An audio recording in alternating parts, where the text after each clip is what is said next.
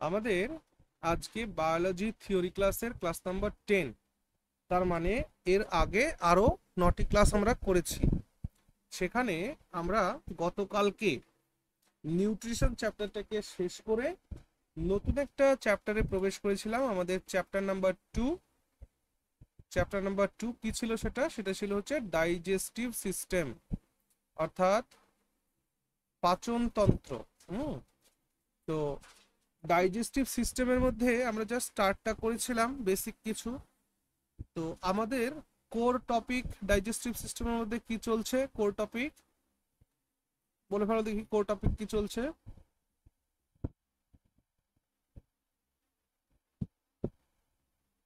Elementary canal. আমরা elementary canal পড়ছি, তাই না? এলিমেন্টারি ক্যানালের মধ্যে আমরা মুখ থেকে শুরু করেছি কতদিন। সো ডাইজেস্টিভ সিস্টেমের এলিমেন্টারি ক্যানাল, গত ক্লাসে আমরা কি কি পড়ে ফেলেছি বলো? মুখের মধ্যে থেকে দাঁত থাকে, জিহ্বা থাকে, হ্যাঁ, এই বিষয়টা পড়ে ফেলেছি।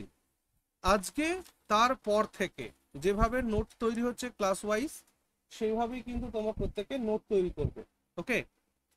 যেহেতু পাশে ফ্যান চলছে স্পিডে, যদি কখনো নয়েজ ফিল হয় আমায় কিন্তু বলবে, ঠিক আছে? নাহলে রেকর্ডেড ক্লাস যারা দেখে ক্লাস করবে তাদের একটু অসুবিধা হয়ে যাবে, ঠিক আছে? চলো, আজকে আমরা এখন দেখতে চলেছি দ্যাট ইজ স্যালাইভারি গ্ল্যান্ড। তাহলে হেডিং লাগাও, হেডিং লাগাও, স্যালাইভারি গ্ল্যান্ড। স্যালাইভারি গ্ল্যান্ড মানে লালা গ্রন্থি, বাংলাতে বললে আমরা বলবো কি লালা গ্রন্থি। আমাদের শরীরে 3 জোড়া স্যালাইভারি গ্ল্যান্ড আছে। কজোড়া? 3 জোড়া। তাহলে লেখো, দেয়ার আর 3 pairs of salivary gland in our body. In our body, আমাদের শরীরে 3 জোড়া স্যালাইভারি গ্ল্যান্ড রয়েছে। সেই 3 জোড়া স্যালাইভারি গ্ল্যান্ড কোথায় কোথায় রয়েছে? একটা রয়েছে হচ্ছে তালুর ওপরে। আমাদের মুখের মধ্যে জিভ দিয়ে ওপরে তালুতে ঠেকাও, একদম পেছন দিকে নিয়ে যাও জিভটাকে, দেখো নরম অংশ পাবে, তালুর নরম অংশ, অর্থাৎ ম্যান্ডিবুলারের পেছনের পাশে। অর্থাৎ জায়গাটাকে, ওই গ্ল্যান্ডটাকে কি বলা হয়? ওই গ্ল্যান্ডটাকে বলা হয় সাবম্যান্ডিবুলার স্যালাইভারি গ্ল্যান্ড। লিখো, সাবম্যান্ডিবুলার,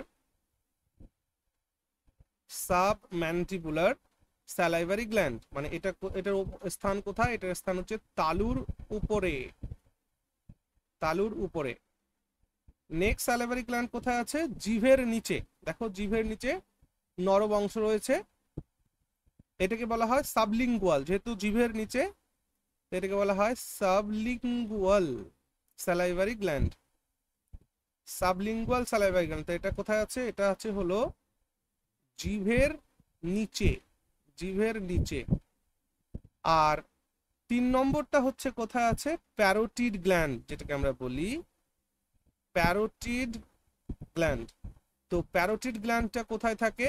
না, প্যারোটিড গ্ল্যান্ডটা থাকে কানের পেছনে, কানের পেছনে, কানের পিছনে। এই প্যারোটিড গ্ল্যান্ডের আরেকটা নাম আছে, এই প্যারোটিড গ্ল্যান্ডের আরেকটা নাম অর দিয়ে লিখে রাখো, টনসিল, যেটাকে আমরা বাংলায় এবার আরেকটা ভাষায় বলি টনসিল।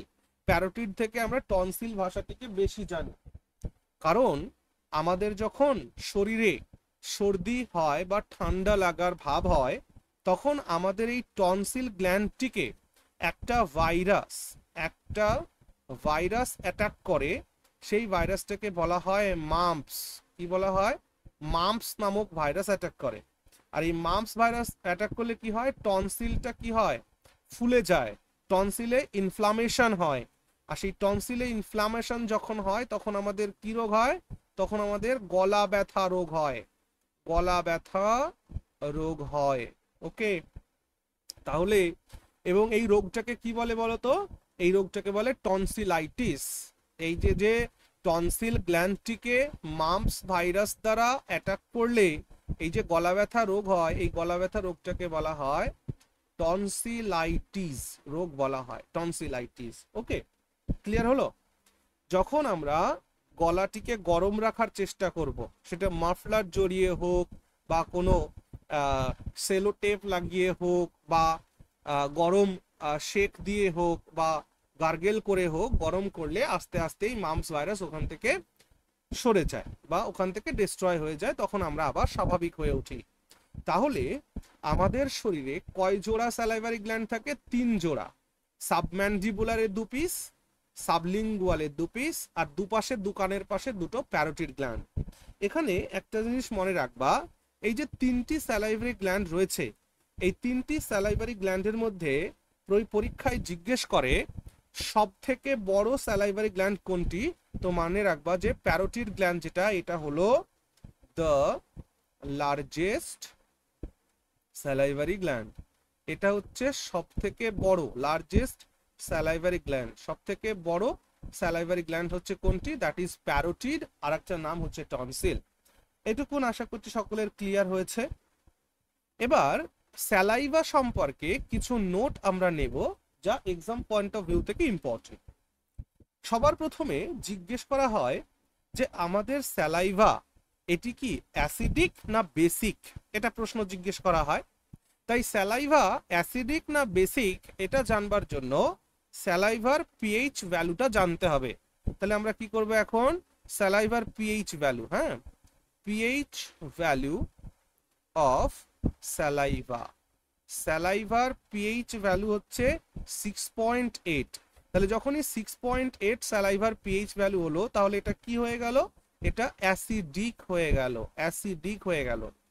আচ্ছা চলো পিএইচ ভ্যালু সম্পর্কে একটু নোট নিয়ে নাও, পিএইচ ভ্যালু সম্পর্কে একটু নোট নিয়ে নাও।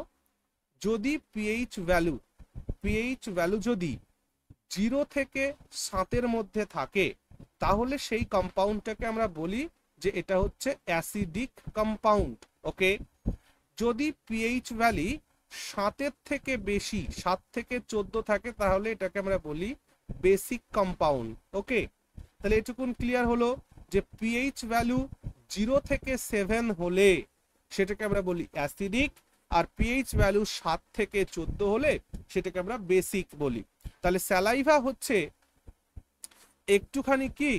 একটুখানি অ্যাসিডিক কম্পাউন্ড, অ্যাসিডিক যৌগ স্যালাইভা একটা। ওকে, এখান থেকে প্রশ্ন কিন্তু জিজ্ঞেস করা হয়েছে। এখান থেকে দুটো কম্পাউন্ডের নাম জেনে নাও। কি কম্পাউন্ডের নাম? পিএইচ ভ্যালু 0, এই কম্পাউন্ডের মধ্যে একটি পরীক্ষায় জিজ্ঞেস করে, সেটা হচ্ছে HCl। এই HCl মানে বুঝতে পারছো, পিএইচ ভ্যালু 0 তার মানে খতরনাক অ্যাসিড। HCl হচ্ছে এই বিশ্বের মধ্যে খতরনাক একটি অ্যাসিড, কারণ তার পিএইচ ভ্যালু হচ্ছে 0। আর এই HCl এই খতরনাক অ্যাসিড যা সকল কিছুকে জ্বালিয়ে পুড়িয়ে দিতে পারে। এই HCl কোথায় খরিত হয় না? এই HCl আমাদের স্টমাকে খরিত হয়, অর্থাৎ গ্যাস্ট্রিক জুস থেকে আমরা পাই। গ্যাস্ট্রিক জুস থেকে আমরা একটু পরে শিখবো যে গ্যাস্ট্রিক জুস কি। আমাদের স্টমাক থেকে গ্যাস্ট্রিক জুসের সিক্রেশন হয়, আর সেই গ্যাস্ট্রিক জুসে আমরা HCl পাই, যার পিএইচ ভ্যালু 0। এটা পরীক্ষায় জিজ্ঞেস করে। আরেকটা পরীক্ষায় জিজ্ঞেস করে পিএইচ ভ্যালু 14 কার? তো পিএইচ ভ্যালু 14 মনে রাখবা, সেটা হচ্ছে সোডিয়াম হাইড্রক্সাইড, মানে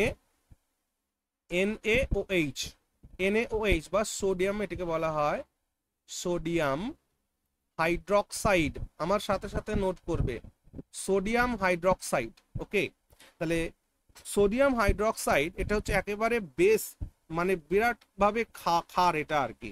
আর এই সোডিয়াম হাইড্রক্সাইডকে আমাদের অ্যাসিডিটির যে ওষুধ তৈরি হয় না, সেই অ্যাসিডিটির ওষুধে এটাকে ব্যবহার করা হয়। ম্যাগনেসিয়াম হাইড্রক্সাইড, সোডিয়াম হাইড্রক্সাইড, এই সমস্ত জিনিসগুলোকে কোথায় ব্যবহার করা হয় না, যত ধরনের গ্যাসের ওষুধ বলে আমরা বাংলা ভাষায় বুঝি, সেই গ্যাসের ওষুধে এই কম্পাউন্ডগুলোকে ব্যবহার করা হয়, যা কিনা কি করে? অ্যাসিডের মাত্রাকে কমিয়ে দেয়। মনে রাখবা যে অ্যাসিডের মাত্রা কমানোর জন্য বেস ইউজ করতে হবে, আর অ্যাসিড আর বেস যোগ করলে দুটো কম্পাউন্ড তৈরি হয়, সল্ট অ্যান্ড ওয়াটার। ওকে, আচ্ছা এটুকুন গেল। পিএইচ ভ্যালু থেকে আর একটা প্রশ্ন এক্সামিনেশনে জিজ্ঞেস করা হয়, বলা হয় যে pH value of blood, pH value of blood, রক্তের পিএইচ ভ্যালু কত? তো মনে রাখবে রক্তের পিএইচ ভ্যালু হচ্ছে 7.40, এটা অ্যাভারেজ ভ্যালু বললাম, না হলে 7.35 থেকে 7.45, অর্থাৎ 7.35 থেকে 7.45 পর্যন্ত হচ্ছে রক্তের পিএইচ ভ্যালু নর্মাল রেঞ্জ। তাহলে রক্তটা কেমন? রক্তটা হচ্ছে ক্ষারীয় পদার্থ, আর আমাদের মুখের স্যালাইভাটা কেমন? স্যালাইভাটা হচ্ছে অ্যাসিডিক পদার্থ। ওকে, আর অ্যাভারেজ তোমরা পরীক্ষার মধ্যে যদি আসে, আচ্ছা তোমরা এটাও লিখে নিতে পারো, পিএইচ ভ্যালু ব্লাডের হচ্ছে 7.35 থেকে 7.45। তো এই 7.40টাই বেসিক্যালি সকল বইতে লেখা থাকে, এটা হচ্ছে কি অ্যাভারেজ ভ্যালু, গড় ভ্যালু রক্তের। ঠিক আছে, রক্তে যদি ক্ষারের পরিমাণ কমে যায় তাহলে কিন্তু তার ডিজিজ হবার সম্ভাবনা আছে। এই জন্য ডাক্তারবাবুরা বিভিন্ন পরীক্ষা নিরীক্ষা করে থাকেন। ওকে, চলো তাহলে পিএইচ সম্পর্কে এইটুকু নোট, আপাতত এনাফ, আপাতত এনাফ। এখান থেকেই 2-4টে কোয়েশ্চেন কিন্তু পরীক্ষায় জিজ্ঞেস করবে। ওকে, বলো বলো। হ্যাঁ স্যার, বলছি ওই অ্যাসিডের মাত্রা কমাতে যেটা বললেন যে বেস ইউজ করা হয়, তারপরে যেটা উৎপন্ন হয় একটা জল আর একটা কি বললেন? লবণ। লবণ, দেখো অ্যাসিড এর প্রভাব কমানোর জন্য আমরা অ্যাসিডের সাথে বেসকে অ্যাড করি। যখন অ্যাসিডের সঙ্গে বেসকে অ্যাড করবে তখন দুটো জিনিস তৈরি হবে, এক তৈরি হবে সল্ট, আর এক তৈরি হবে H2O। যদি আমি পারি আজকে এদের ফর্মুলাটাও তোমাদের দেখিয়ে দেব নেক্সট, যখন আমি স্টমাক পড়াবো, গ্যাস্ট্রিক জুস যখন পড়াবো তখন আমি এটা দেখিয়ে দিব যে অ্যাসিডের সাথে বেস অ্যাড করলে কিভাবে সল্ট অ্যান্ড H2O তৈরি হয়, সে সময় দেখো। এখন আপাতত এখানে থাকো। ওকে, তাহলে এই পর্যন্ত আমরা যতটুকু দেখলাম, এরপর আলোচনা করি অ্যাকচুয়ালি এই স্যালাইভা আমাদের শরীরে কি করে না, এই স্যালাইভা মুখের মধ্যে খাবারটিকে, যাতে এই খাবার ফুড পাইপের মাধ্যমে সঠিকভাবে স্টমাক পর্যন্ত পৌঁছতে পারে, তার জন্য খাবারটাকে লুব্রিকেশন করার কাজ এই স্যালাইভা করে থাকে। তাহলে স্যালাইভার প্রথম কাজ হিসেবে আমরা বলবো যে ইট ওয়ার্কস অ্যাজ আ লুব্রিক্যান্ট, এটি একটি লুব্রিক্যান্ট হিসাবে কাজ করে। লুব্রিক্যান্ট মানে যার দ্বারা তৈলাক্তকরণ করা হয়, ঠিক আছে না? So this is L not C, যারা ভাবছে এটা কিন্তু সি নয়, এটা এল। তাহলে it works as a lubricant, এটা লুব্রিক্যান্ট হিসাবে কাজ করে। পরীক্ষায় এমনও কোয়েশ্চেন জিজ্ঞেস করা হয়েছে যে 24 ঘন্টায় আমাদের শরীরে কতটুকুন স্যালাইভা সিক্রেশন হয়। তো মনে রাখবা যে স্যালাইভা সিক্রেশন ইন 24 আওয়ার্স, 24 আওয়ার্সে স্যালাইভার সিক্রেশন হয় 1.5 লিটার। ওকে, তাহলে ভাবতে পারছো 24 ঘন্টায় আমাদের দেহে 1.5 লিটার স্যালাইভার সিক্রেশন হয়। ওকে, এরপর খুব গুরুত্বপূর্ণ একটা পয়েন্ট বলছি, এখান থেকেও পরীক্ষায় প্রশ্ন জিজ্ঞেস করে, যেমন স্যালাইভা হোল্ডস, স্যালাইভার মধ্যে দুই ধরনের এনজাইম থাকে। Saliva holds two types of enzymes। তাহলে কি বললাম, স্যালাইভার মধ্যে দুই প্রকারের এনজাইম থাকে। সেই দুই প্রকারের এনজাইম কি কি লিখে নাও।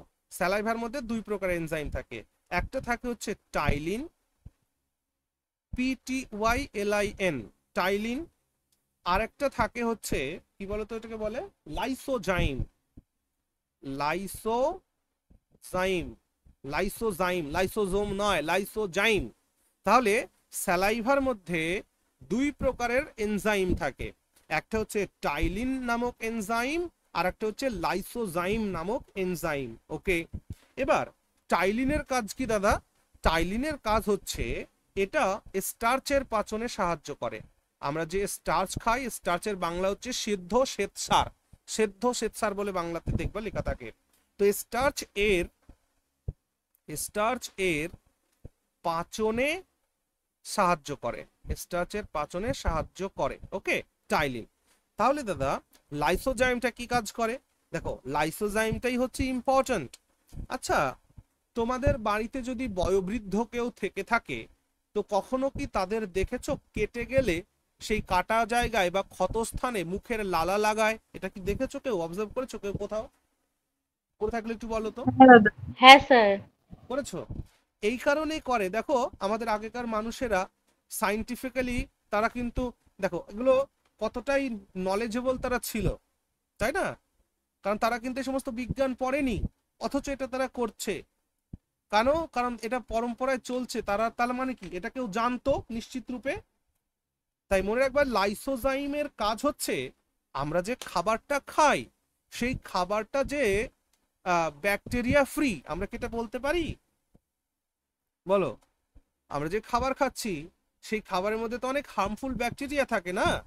এই লাইসোজাইমের কাজ হচ্ছে আমাদের খাবারের মধ্যে যে হার্মফুল ব্যাকটেরিয়াগুলো থাকে সেই হার্মফুল ব্যাকটেরিয়াগুলোকে নষ্ট করার কাজ হচ্ছে লাইসোজাইমের।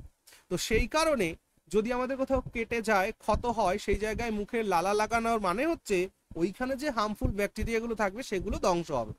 কত সায়েন্স, একটা দারুণ সায়েন্স কিন্তু। তাই বলে কিন্তু কারো মনে করো কেটে গল গল করে রক্ত ঝরছে আর সেখানে লালা লাগিয়েই যাচ্ছে, লাগিয়েছে, এমনটা নয়। সো ব্যাকটেরিয়া, অনেক খতরনাক খতরনাক ব্যাকটেরিয়াও কিন্তু রয়েছে। তোমাদের একটা ছোট্ট একটা গল্প বলি, ভাবতে পারবে না এটা করুণ একটা গল্পটা নয়, করুণ ইতিহাস বলতে পারো, বা করুণ একটা ঘটনা। একটা সময় আমার কাছে ক্লাস 9-এ একটা ছেলে পড়তো, বহু বছর আগের কথা বলছি, মানে ওই 2014-15 ওই সময়কার, 13-14, হ্যাঁ। তো ওই ছেলেটা ওর বাবার সঙ্গে সাইকেলে করে যাচ্ছিল, ও পেছনে ক্যারিয়ারে বসেছিল। এবার হঠাৎ করে সামনে থেকে কিছু একটা আসার জন্য ওর বাবা হট করে ব্রেক করেছে, ব্রেক করলে না ছেলেটি ক্যারিয়ার থেকে পড়ে গেছে রাস্তার উপরে, পাকা রাস্তার উপরে, একদম পরিষ্কার জায়গা, কিন্তু ওই পাকা রাস্তার উপরে দেখো ছোট ছোট যে স্টোন গুলো থাকে না, ছোট ছোট রবেলসের মতন দেখতে, ওই খোয়া ওর হাতের তালুতে দুই একটা গেথে গিয়েছিল।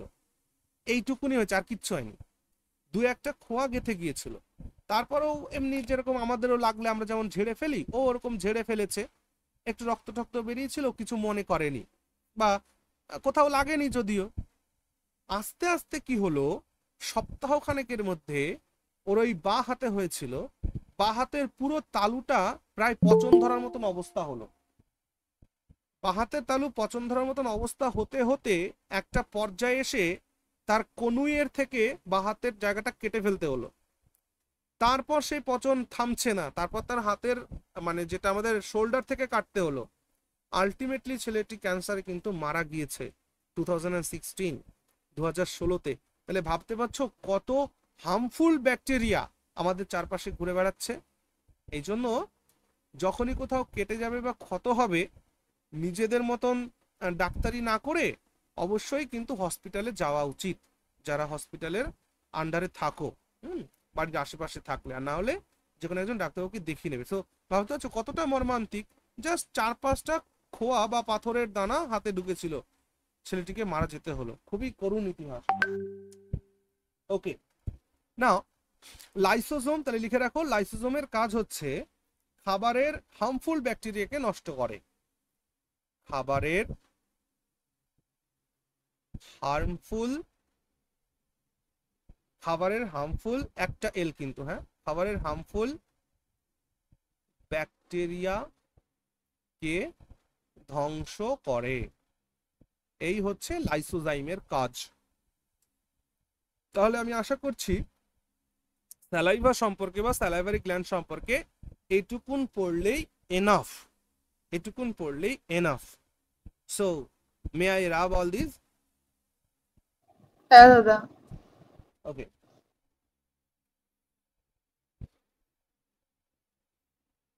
চলো এরপর নেক্সট একটা পার্ট আছে, সেটা কি বলতে পারো? স্যালাইভারি গ্ল্যান্ডের পর কি আলোচনা হবে? ফ্রাইন্যাক্স। এখন আলোচনা হবে হচ্ছে ফ্রাইন্যাক্স কে নিয়ে। ফ্রাইন্যাক্স, না হোয়াট ইজ ফ্রাইন্যাক্স? ফ্রাইন্যাক্স এর বাংলা হচ্ছে গ্রসিকা। এখন গ্রসিকা বললে তো কিছু বোঝা যাবে না, দেখালে বোঝা যাবে। আচ্ছা, আমার ছবি আঁকার হাত একেবারে খারাপ, এই জন্য আমি খুব সস্তা উপায় বেছে নিয়েছি, আর আমিও চাইবো তোমরা সেই সস্তা উপায়টাই বেছে নাও। কারণ আমরা কেউ এখানে নিট ফিট দিব না, ডাক্তারও হব না, জাস্ট আমাদের আন্ডারস্ট্যান্ডিং বিল্ডিং করার জন্য। সো আগে আমি আঁকি ছবিটা, তারপর তোমরা আঁকবে। চলো ভগবানের কৃপায় শুরু করি। এখান থেকে এটা দিলাম, এখান থেকে এখানে একটা, এখানে। আসলে জিনিসটা এরকম নয়, আবার জিনিসটা এরকম। ওকে, বেশ। এখানে একটা পাইপ লাগানো আছে, এখানে একটা পাইপ লাগানো আছে। এই পাইপটাকে বলা হয় হচ্ছে নোজ, এই পাইপটাকে বলা হয় মাউথ, আর এইটাকে বলা হয় লাংস, এইটাকে বলা হয় স্টমাক। তোমরা কি বুঝতে পারছো আমি কিসের ছবি আঁকছি? আর এই যে পার্ট, এই পার্টটাকে বলা হয় হচ্ছে ফ্রাইন্যাক্স। এই পার্টটাকে বলা হয় ফ্রাইন্যাক্স। কেন? কারণ এই জায়গাতে, এই জায়গাতে একটা জিনিস থাকে, এই জায়গাতে একটা জিনিস থাকে। এই জিনিসটাকে কি বলা হয়? এই জিনিসটাকে বলা হয় এপিগ্লটিস। কি বলা হয়? এপিগ্লটিস, এপিগ্লটিস বলা হয়। আচ্ছা, দুটো টি আইএস। এপিগ্লটিস বা এপিগ্লটিসের বাংলা বললে ভালো বুঝবা, আলজিহ্বা, আলজিভ বা জিহ্বা, যাই বলি না কেন। তাহলে এইটা বুঝতে পারছো তো? নোজ আমাদের মাথার থেকে শুরু করো, দেখো সবার উপরে রয়েছে নাক, নাকের নিচে রয়েছে মুখ, মুখের নিচে রয়েছে গলা, সেই গলায় যেখানে কাজ শুরু হচ্ছে এই জায়গাটাতে আলজিহ্বা আছে। এই পাইপটাকে বলা হয় ট্র্যাকিয়া। এই পাইপটাকে কি বলা হয়? ট্র্যাকিয়া, বা এর আরেকটা নাম হচ্ছে উইন্ড পাইপ, যার মাধ্যমে বাতাস বয়ে যায়। আর এই পাইপটাকে বলা হয় অইসোফ্যাগাস, অইসোফ্যাগাস, বা এটার আরেকটা নাম হচ্ছে ফুড পাইপ, ফুড পাইপ। ওকে, ফুড পাইপ। তাহলে খাদ্যবস্তু যখন এইখান দিয়ে প্রবেশ করবে মুখ দিয়ে, তাহলে এই আলজিহ্বা কি করবে? এই যে ট্র্যাকিয়ার রাস্তাটাকে বন্ধ করে দিবে, এই রাস্তাটাকে ওপেন করে দিবে। আবার যখন আমরা শ্বাস গ্রহণ করব, তখন এই এপিগ্লটিস এটাকে ওপেন করে দিবে, এটাকে বন্ধ করে দিবে। আলজিহ্বার কাজ কি পরিষ্কার হলো? আলজিহ্বার কাজ হচ্ছে যখন আমরা খাবার খাবো, তখন সেই খাবারটা যাতে ট্রাকিয়ার মধ্যে প্রবেশ না করে, তাই ট্র্যাকিয়াকে সে বন্ধ করবে। আর যখন আমরা কি করব, কথা বলবো বা শ্বাস গ্রহণ করব, তখন খাবারের নালীটাকে বন্ধ করে দিয়ে লাংসের রাস্তাটাকে বা ট্র্যাকিয়ার রাস্তাটাকে খুলে দিবে। এই কাজটা করে হচ্ছে অ্যাপিগ্লটিস বা আলজিহ্বা। ওকে, আর যে পয়েন্ট থেকে, যে প্লেস থেকে এই যে ট্র্যাকিয়া আর অইসোফ্যাগাস ডিভাইড হয়, যেখানে আলজিহ্বা থাকে, সেই অঞ্চলটিকে বলা হয় ফ্রাইন্যাক্স। Can you understand? বুঝতে পেরেছি আমরা ফ্রাইন্যাক্স কি জিনিস, কোন জায়গাটাকে বলে ফ্রাইন্যাক্স? ওকে, ভেরি গুড। এবার দেখো, এখানে একটা জিনিস বলে দিই, পরীক্ষায় জিজ্ঞেস করে, যেমন রেলওয়েতে জিজ্ঞেস করেছিল গতবারের যে কোন একটা পরীক্ষাতে, এই যে ফুড পাইপ বা অইসোফ্যাগাসের মাধ্যমে খাবারটা স্টমাকে এসে পৌঁছায়। তো আমার একটু কথা বলো তো, এই যে অইসোফ্যাগাসের মধ্যে বা ফুড পাইপের মধ্যে কোনো এলিভেটর টেলিভেটর লাগানো আছে নাকি? কোনো এসকেলেটর বা এলিভেটর কিছু লাগানো আছে? যদি লাগানো না থাকে, তাহলে খাবারটা কি করে চলে যায়? তোমরা বলবো আমরা তো বসে বসে খাই, তাই বস্তু নিচে যাবে, অভিকর্ষের টানে চলে যাবে। আসলে কি তাই? তাহলে যারা মহাকাশচারী তাদের কি হবে? ওখানে তো কোনো অভিকর্ষের টান নেই, অথচ তাদের খাবারটা স্টমাকে পৌঁছাচ্ছে। আবার একটা রোগীকে যখন খাওয়ানো হয়, সে তো শুয়েই থাকে, তবুও খাবারটা স্টমাকে পৌঁছাচ্ছে কিভাবে? এইভাবে পৌঁছাচ্ছে। শোনো, এই প্রসেসটাকে লিখে রাখো।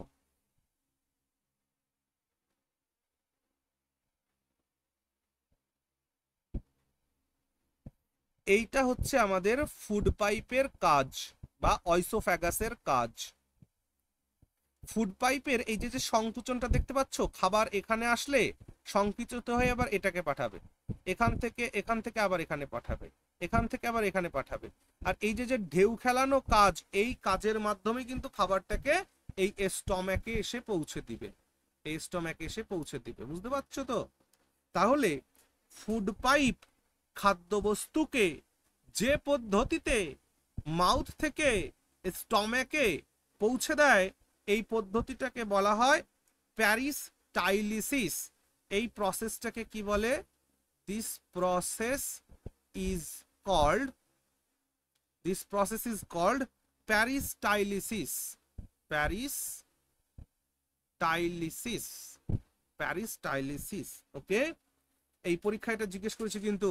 ফুড পাইপ থেকে খাবার স্টম্যাকে পৌঁছানোর পদ্ধতিকে বা প্রক্রিয়াটাকে কি বলে? এটাকে বলা হয় প্যারিস্টাইলিসিস, অর্থাৎ খাদ্যনালীর সংকুচন এবং প্রসারণের মাধ্যমে খাবার স্টম্যাক পর্যন্ত পৌঁছায়। ঠিক যেমন করে আমরা সাপের খাবারটাকে অবজার্ভ করতে পারি। সাপ যখন কোনো ছোট প্রাণীকে খায়, তোমরা অবজার্ভ করেছো কখনো? প্রথমে আস্তে আস্তে গিলবে, তারপর আস্তে আস্তে ঢেউ খেলতে খেলতে তার পেটের মধ্যে পৌঁছবে। তো যে পদ্ধতিতে সাপে গ্রহণ খাবার খায়, ঠিক সেম পদ্ধতিতেই মানুষের ফুড পাইপ বা অইসোফ্যাগাসও কিন্তু কাজ করে থাকে। ক্লিয়ার হলো? বোঝা গেল?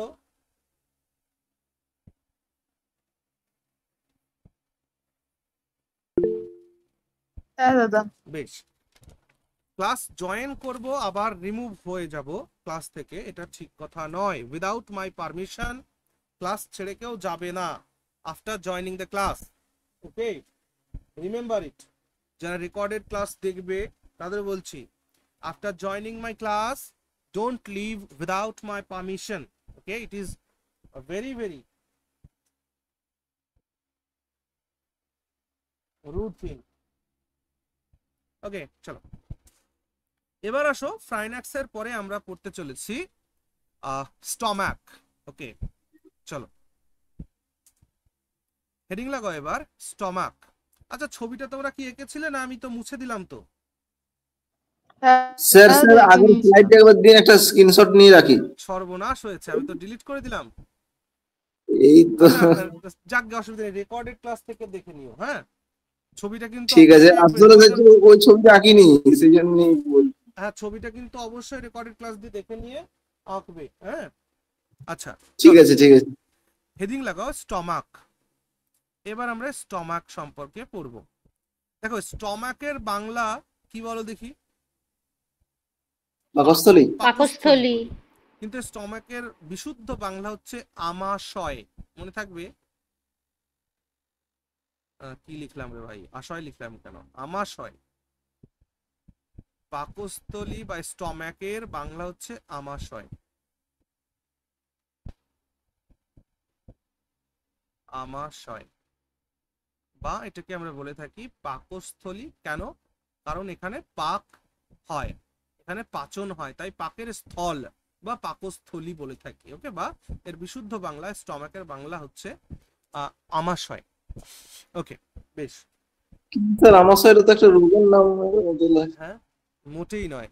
আমাশয় তো একটা রোগের নামের মতো লাগে। ডিস্টার্ব হয়, ভালো করে শোনো, আমাশয় যখন ডিস্টার্ব হয় তখন সেটাকে আমাশয় রোগ বলা যেতে পারে কি, বা বলতে হবে যে আমাশয়ের প্রবলেম হয়েছে বা আমাশয়ের সমস্যা হয়েছে, এমন বলতে হবে। আমাশয়টা রোগ নয়। চোখের রোগ হলে বলি নাকি চোখ হয়েছে, না বলি চোখের রোগ হয়েছে? চোখের রোগ হয়েছে। তো ওরকম প্রচলিত শব্দের অন্ত হয়ে গেছে, কারণ স্টমাকের আরেকটা বাংলা যেহেতু আমরা জানি পাকস্থলী, তার মানে পাকস্থলীর ডিস্টারবেন্সটা আমাশয়, তাই নয়। ওকে, যাই হোক, সো এটা নিয়ে এত যুদ্ধ করার কিছু নেই, এই পরীক্ষাতে আসেও না, জিজ্ঞেসও করে না, জাস্ট জানবার জন্য বললাম।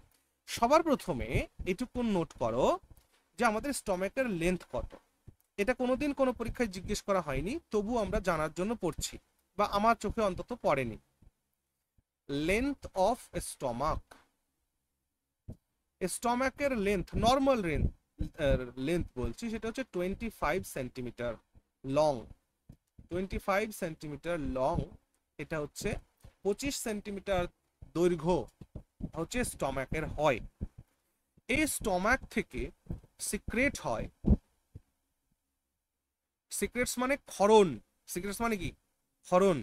এই এই স্টমাক থেকে সিক্রেটস হয় কিসের না গ্যাস্ট্রিক জুসের, গ্যাস্ট্রিক জুস। স্টমাক থেকে গ্যাস্ট্রিক জুসের ক্ষরণ হয়। বুঝতেই পারছো গ্যাস্ট্রিক জুসের মধ্যে যেহেতু HCl থাকে, এবং শুধু HCl নয়, গ্যাস্ট্রিক জুসের মধ্যে 4 রকমের উপাদান থাকে, পেপসিন, রেনিন, HCl আর ওয়াটার। যার কারণে এই গ্যাস্ট্রিক জুসের পিএইচ ভ্যালু যেটা হয়, গ্যাস্ট্রিক জুসের পিএইচ ভ্যালু 1.5 হয়। এবং গ্যাস্ট্রিক জুস দেখতে কেমন, গ্যাস্ট্রিক জুস দেখতে হচ্ছে yellow in colour, okay, yellow in colour. এই গ্যাস্ট্রিক জুস কোত্থেকে সিক্রেট হয় দাদা? গ্যাস্ট্রিক জুস সিক্রেট হয় আমাদের স্টমাক ওয়াল থেকে, আমাদের স্টমাক পেটের যে ওয়াল দেওয়াল সেখান থেকে গ্যাস্ট্রিক জুসের সিক্রেশন হয়। নাও এই গ্যাস্ট্রিক জুসের মধ্যে আমি একটু আগেই বললাম যে 4 রকমের উপাদান থাকে। So make a proper note of it, okay. আমি যেমন যেমন নোট করি তোমরাও তেমন তেমন করেই নোট করো। তাহলে ওকে চলো, তাহলে গ্যাস্ট্রিক জুসের মধ্যে কটা উপাদান থাকে বললাম? 4টি উপাদান থাকে। সবার প্রথমটা লেখো পেপসিন, পেপসিন। বলো তো পেপসিনটা কি? What is pepsin? এনজাইম, ভুলে গেলে? 2 নম্বর থাকে হচ্ছে রেনিন। রেনিনটা কি? এনজাইম। মানে এই দুটো জিনিসটাই হচ্ছে কি, এই দুটো জিনিসই হচ্ছে এনজাইম, এনজাইম, ওকে। আচ্ছা, তাহলে পেপসিন থাকে, রেনিন থাকে, আর থাকে হচ্ছে HCl, হাইড্রোক্লোরিক অ্যাসিড থাকে, আর কি থাকে? আর থাকে H2O, ওয়াটার, জল। বেশ, এবার প্রত্যেকের নিশ্চিত রূপে কিছু না কিছু কাজ তো আছে। তো পেপসিনের কাজ কি? আমরা যেহেতু আগে পড়েছি তাই আমি জিজ্ঞেস করছি পেপসিনের কাজ কি, বলো। What is the function of pepsin?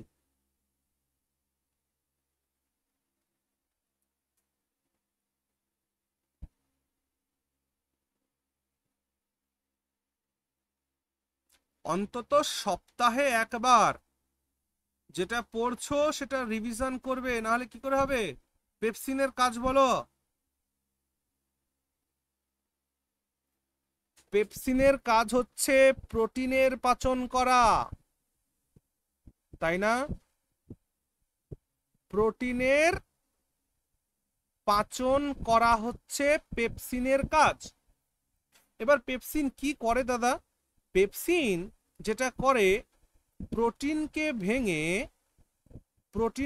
ভেঙে পেপটাইডে কনভার্ট করে দেয়। মনে পড়ছে এবার কিছু? তাহলে পেপসিন নামক এনজাইমের কাজ হচ্ছে প্রোটিনকে ভেঙে পেপটাইডে কনভার্ট করা। এবার আসো রেনিন। রেনিন সম্পর্কেও আমি বলেছি আগে। রেনিন হচ্ছে মিল্কের মধ্যে যে ক্যাসিন নামক প্রোটিন থাকে, সেই ক্যাসিন প্রোটিনকে পাচনে সাহায্য করে হচ্ছে রেনিন। তাহলে লিখো মিল্ক এর প্রোটিন, মিল্কের প্রোটিন কি নাম তার? মিল্কের প্রোটিন তার নাম হচ্ছে ক্যাসিন।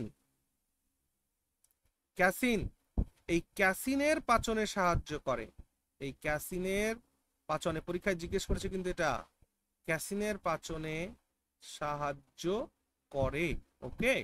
তাহলে রেনিন হচ্ছে মিল্কের মধ্যে যে প্রোটিন থাকে ক্যাসিন, সেই ক্যাসিনের পাচনে সাহায্য করে। এবার দাদা HCl এর কাজটা কি দেখো। এই যে পেপসিন আর রেনিন প্রোটিনের মতন একটা হার্ড সাবস্টেন্সকে যেহেতু হজম করছে, তার জন্য এই প্রোটিনকে হজম করার জন্য একটা পরিবেশ তো তৈরি করে দিতে হবে।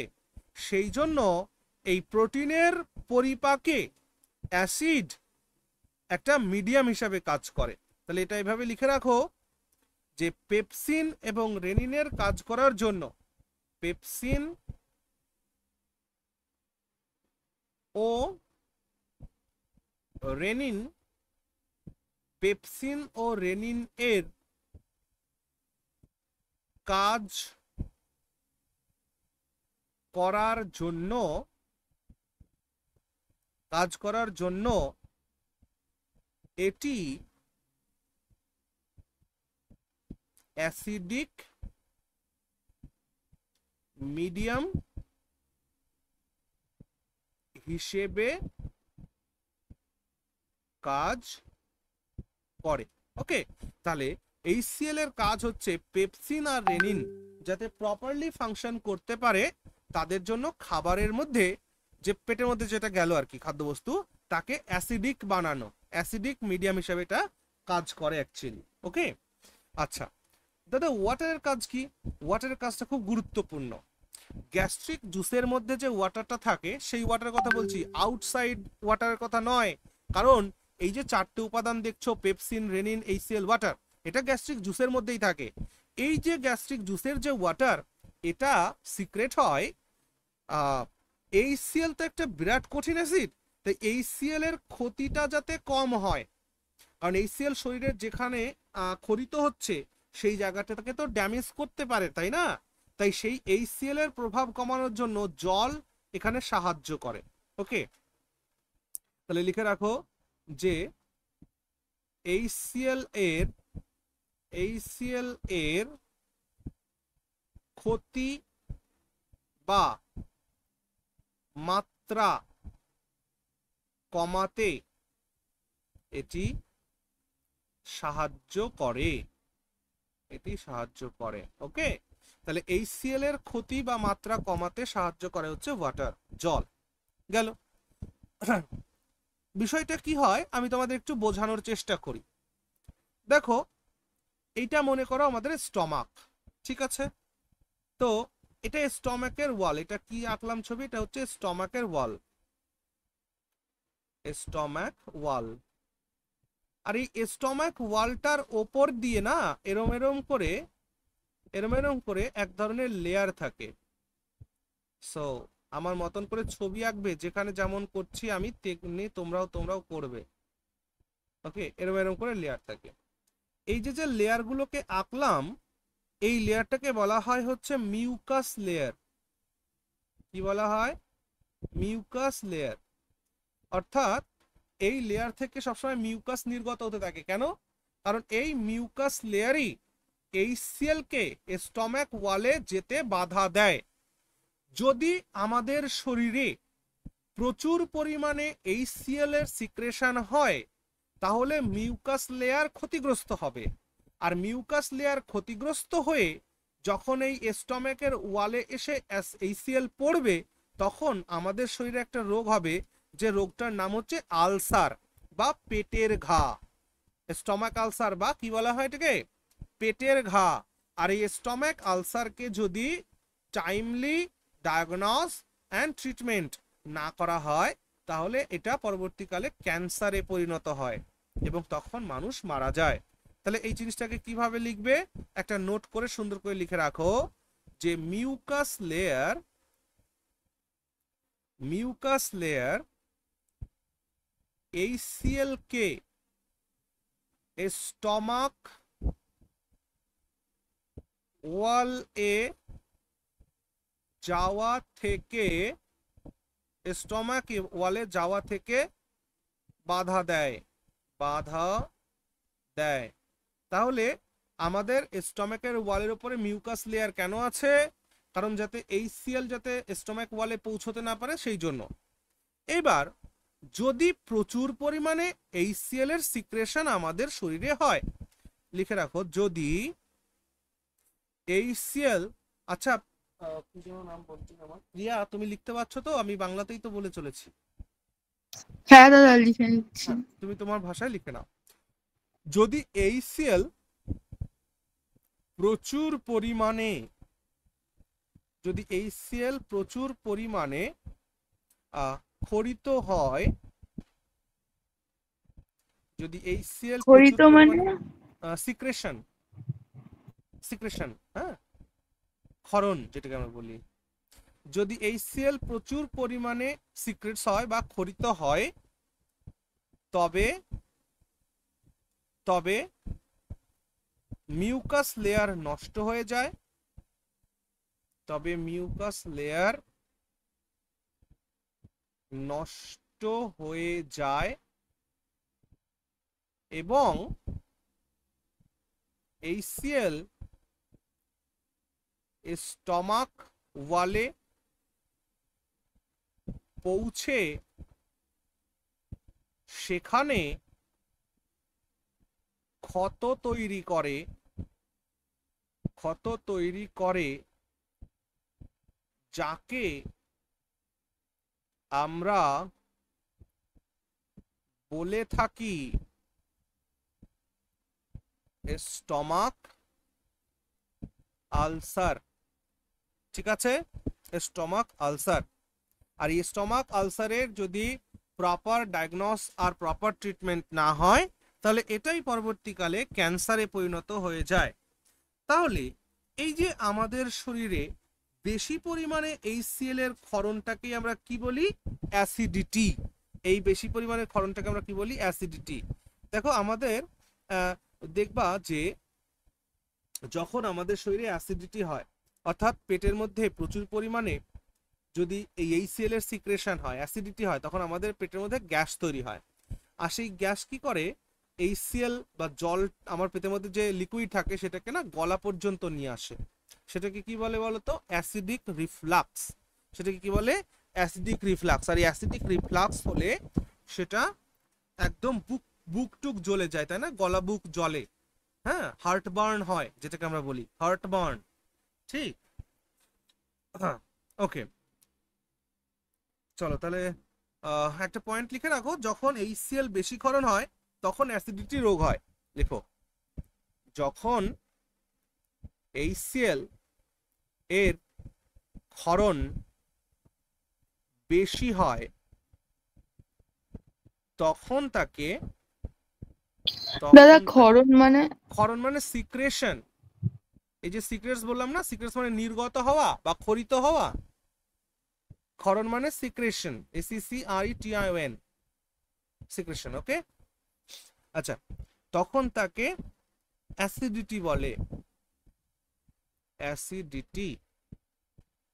অ্যাসিডিটি বলে, হ্যাঁ। বা এই যে স্টমাক আলসার আরেকটা নাম আছে, এটাকে বলা হয় গ্যাস্ট্রিক আলসার। এটাকে গ্যাস্ট্রিক আলসারও বলা হয়। ওকে, তাহলে গ্যাস্ট্রিক আলসারের মূল কারণ কি? HCl। এবার এই যে অ্যাসিডিটি আমাদের প্রচুর হলো, এই অ্যাসিডিটি হলে তো আমাদের ট্রিটমেন্ট করতে হবে। তাহলে আমি ওপর থেকে একটু ডিলিট করছি। এই অ্যাসিডিটি যখন হলো তখন আমাদের ট্রিটমেন্ট দরকার। তাহলে ট্রিটমেন্ট হিসেবে আমরা কি করব? ট্রিটমেন্ট হিসেবে আমরা যেটা করব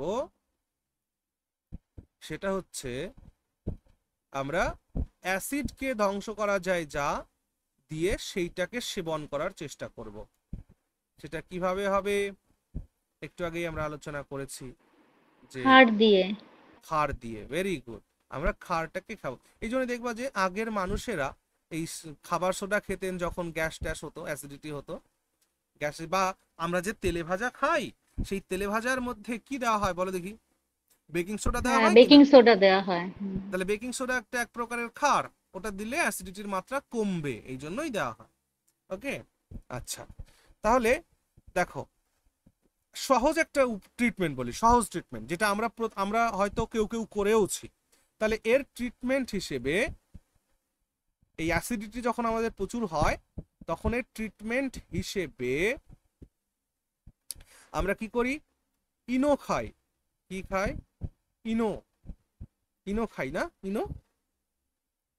আর এই ইনো হলো এক প্রকারের ক্ষার। এই ইনো হলো এক প্রকারের ক্ষার। ক্ষারের ইংরেজি হচ্ছে বেস। ওকে, আচ্ছা, এর ফর্মুলাটা কি একটু দেখে নাও। ইনো যে আমাদের শরীরে কাজ করে, কিভাবে কাজ করে ইনো, এই ফর্মুলাটা একটু দেখো। ইনোটা আসলে হচ্ছে ম্যাগনেসিয়াম হাইড্রক্সাইড। ওকে, ইনো কি? ইনো হচ্ছে ম্যাগনেসিয়াম হাইড্রক্সাইড। তাহলে 2 অণু হাইড্রোক্লোরিক অ্যাসিডের সাথে যখন ম্যাগনেসিয়াম হাইড্রক্সাইড পারফর্ম করবে তখন সেটা দুটো জিনিস তৈরি করবে। কি তৈরি করবে? একটা তৈরি করবে হচ্ছে ম্যাগনেসিয়াম ক্লোরাইড, আর একটা তৈরি করবে হচ্ছে H2O।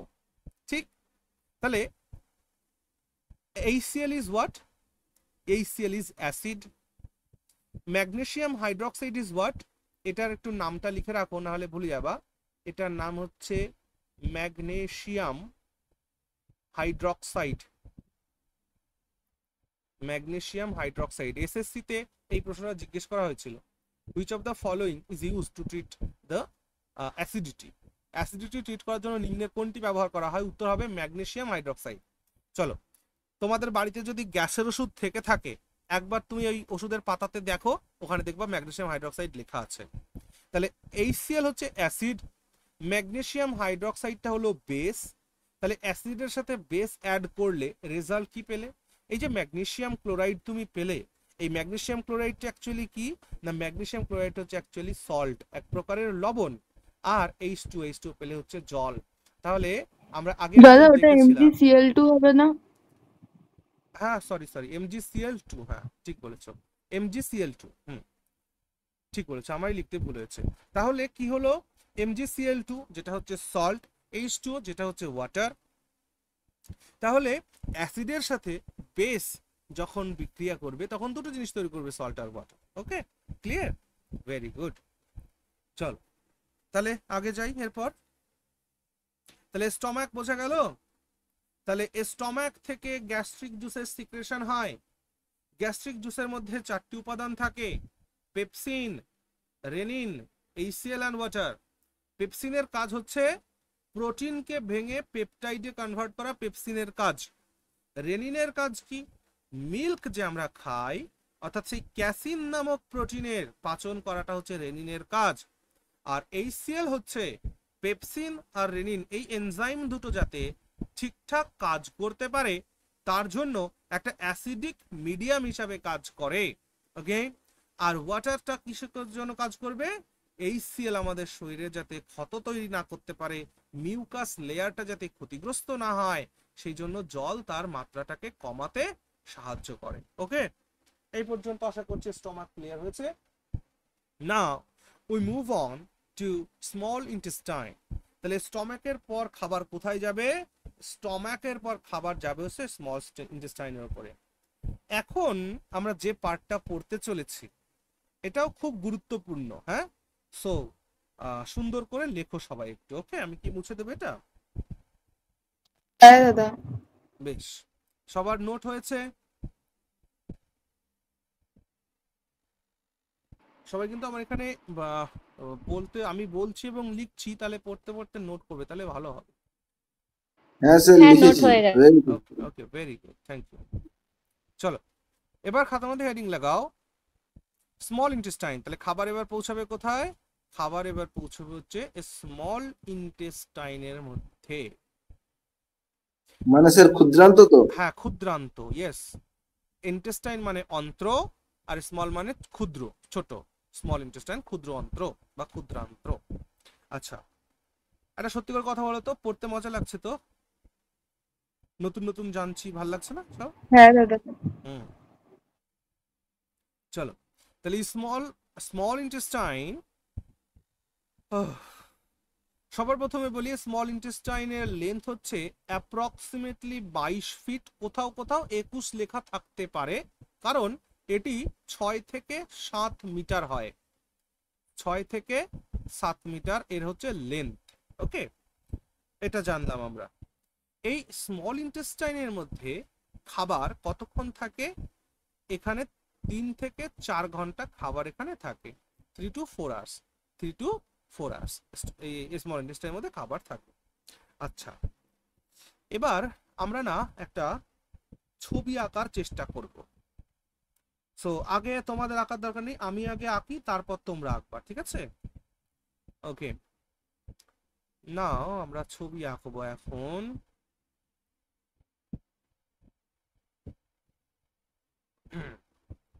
হাসবে না কেউ, হ্যাঁ? আমি আমার মতন করে আঁকি আগে, তারপর।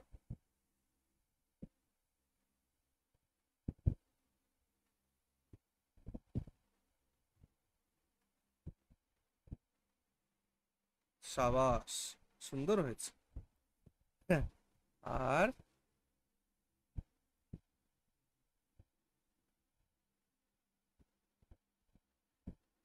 আসলে কিন্তু বিষয়গুলো এমন নয়, আমি জাস্ট আমাদের কনসেপ্ট ক্লিয়ার করার জন্য, বোঝানোর জন্য এমনটা করছি। ওকে, কি হলো এটা? কোনটা কি করবো, কেটে দেবো? ও এমনি চলে গেছে। ওকে, এরপর কি করি?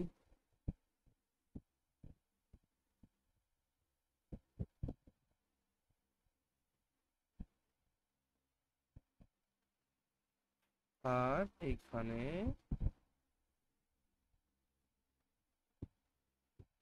আচ্ছা চলো, এইভাবে এঁকে ফেলো তো সবাই, সবাই এইভাবে একটু এঁকে ফেলো। জিনিস দেখতে কেমন হয়েছে? সবাই একটু এইভাবে এঁকে ফেলো, তারপর আমি নামকরণ করছি। অ্যাজ ইট ইজ আঁকো। আমি তো ভালোই এঁকেছি, সুন্দর লাগছে। একটা অস্ত্রর মতন হয়ে গেছে, কিন্তু আসলে এটা অস্ত্র না। আমি আবার বলছি, এরম কিন্তু সত্যি সত্যি পেটের মধ্যে নেই। জাস্ট আমি যখন তোমাদের পড়াবো তখন তোমরা বুঝতে পারবা যে বিষয়টা কি হচ্ছে। সবার আঁকা হয়েছে ছবিটা? হ্যাঁ স্যার। হ্যাঁ দাদা। ওকে, এক এক করে নামকরণ করব। দেখো, এইটার নাম হচ্ছে স্টমাক, এটার নাম হচ্ছে স্টমাক। ওকে, আর এই যে স্টমাক যেখানে শেষ হচ্ছে, এখান থেকেই শুরু হয়ে যাচ্ছে কি, এখান থেকেই শুরু হচ্ছে আমাদের স্মল ইন্টেস্টাইন। তো স্মল ইন্টেস্টাইনের এই যে যে পার্টটা, এই পার্টটাকে বলা হয়, আমি কিভাবে লিখবো এখন তাহলে? 1 মিনিট দাঁড়াও তো, আমি পেন ট্যাবলেটটাকে ঘুরিয়ে এই জায়গাটা লিখতে পারি কিনা। হয়ে গেল, কিভাবে লিখবো?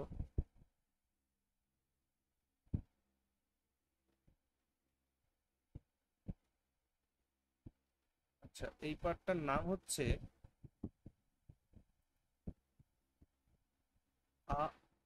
কেমন হচ্ছে এটা ব্যাপারটা? না, ঘুরিয়ে দিই, দাঁড়াও দাঁড়াও দাঁড়াও দাঁড়াও। পেন ট্যাবলেটকে ঘুরিয়ে মাতব্বরি করতে গেলাম, হলো না। যাই হোক, আমি একটু কালারটা চেঞ্জ করে নিই, তাহলে ভালো হবে। স্মল ইন্টেস্টাইনের, আমি বলেছিলাম না, স্মল ইন্টেস্টাইনের কটা পার্ট বলো তো? 3টে। 3টে। তো পাকস্থলীর থেকে, মানে স্টমাক থেকেই যে পার্টটা শুরু হচ্ছে, এই পার্টটাকে বলা হয় হচ্ছে, আমি কিভাবে লিখবো, এইভাবে লিখবো, এইটাকে বলা হয় ডুডেনাম। এটাকে বলে ডুডেনাম, DUDENUM, ডুডেনাম। মিডিল পার্টটাকে বলা হয় জুজেনাম, জুজেনাম। ওকে, আর লাস্টের পার্টটাকে বলা হয় হচ্ছে ইলিয়াম, এই পার্টটাকে বলা হয় ইলিয়াম,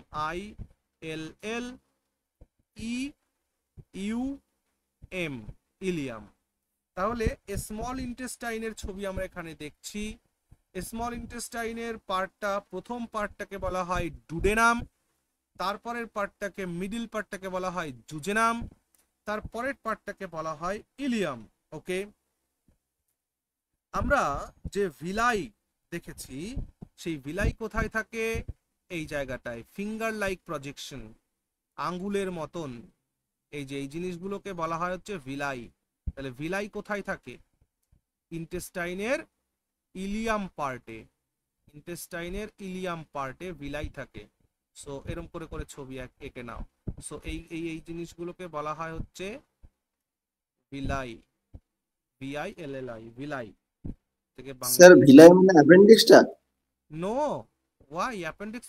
অ্যাপেন্ডিক্স এখনো আসেনি ভাই। লার্জ ইন্টেস্টাইন যেখানে খতম হচ্ছে, সেই পার্টটা, ওখানে যাব আমরা ভাই, একটু ওয়েট করো। দিস ইজ ভিলাই, ঠিক আছে? আচ্ছা, তাহলে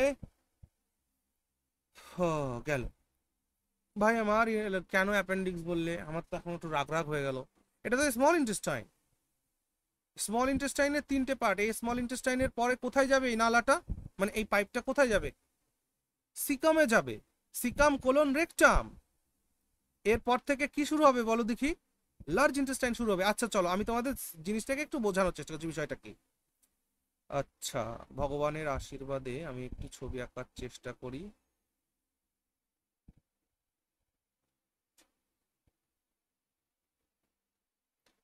ভালোই আঁকছি মনে হচ্ছে।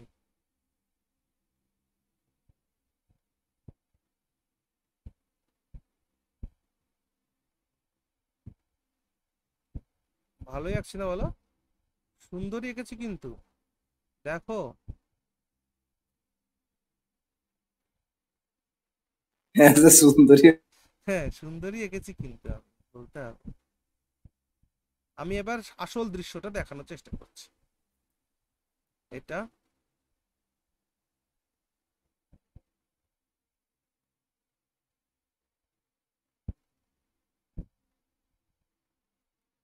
এই যে,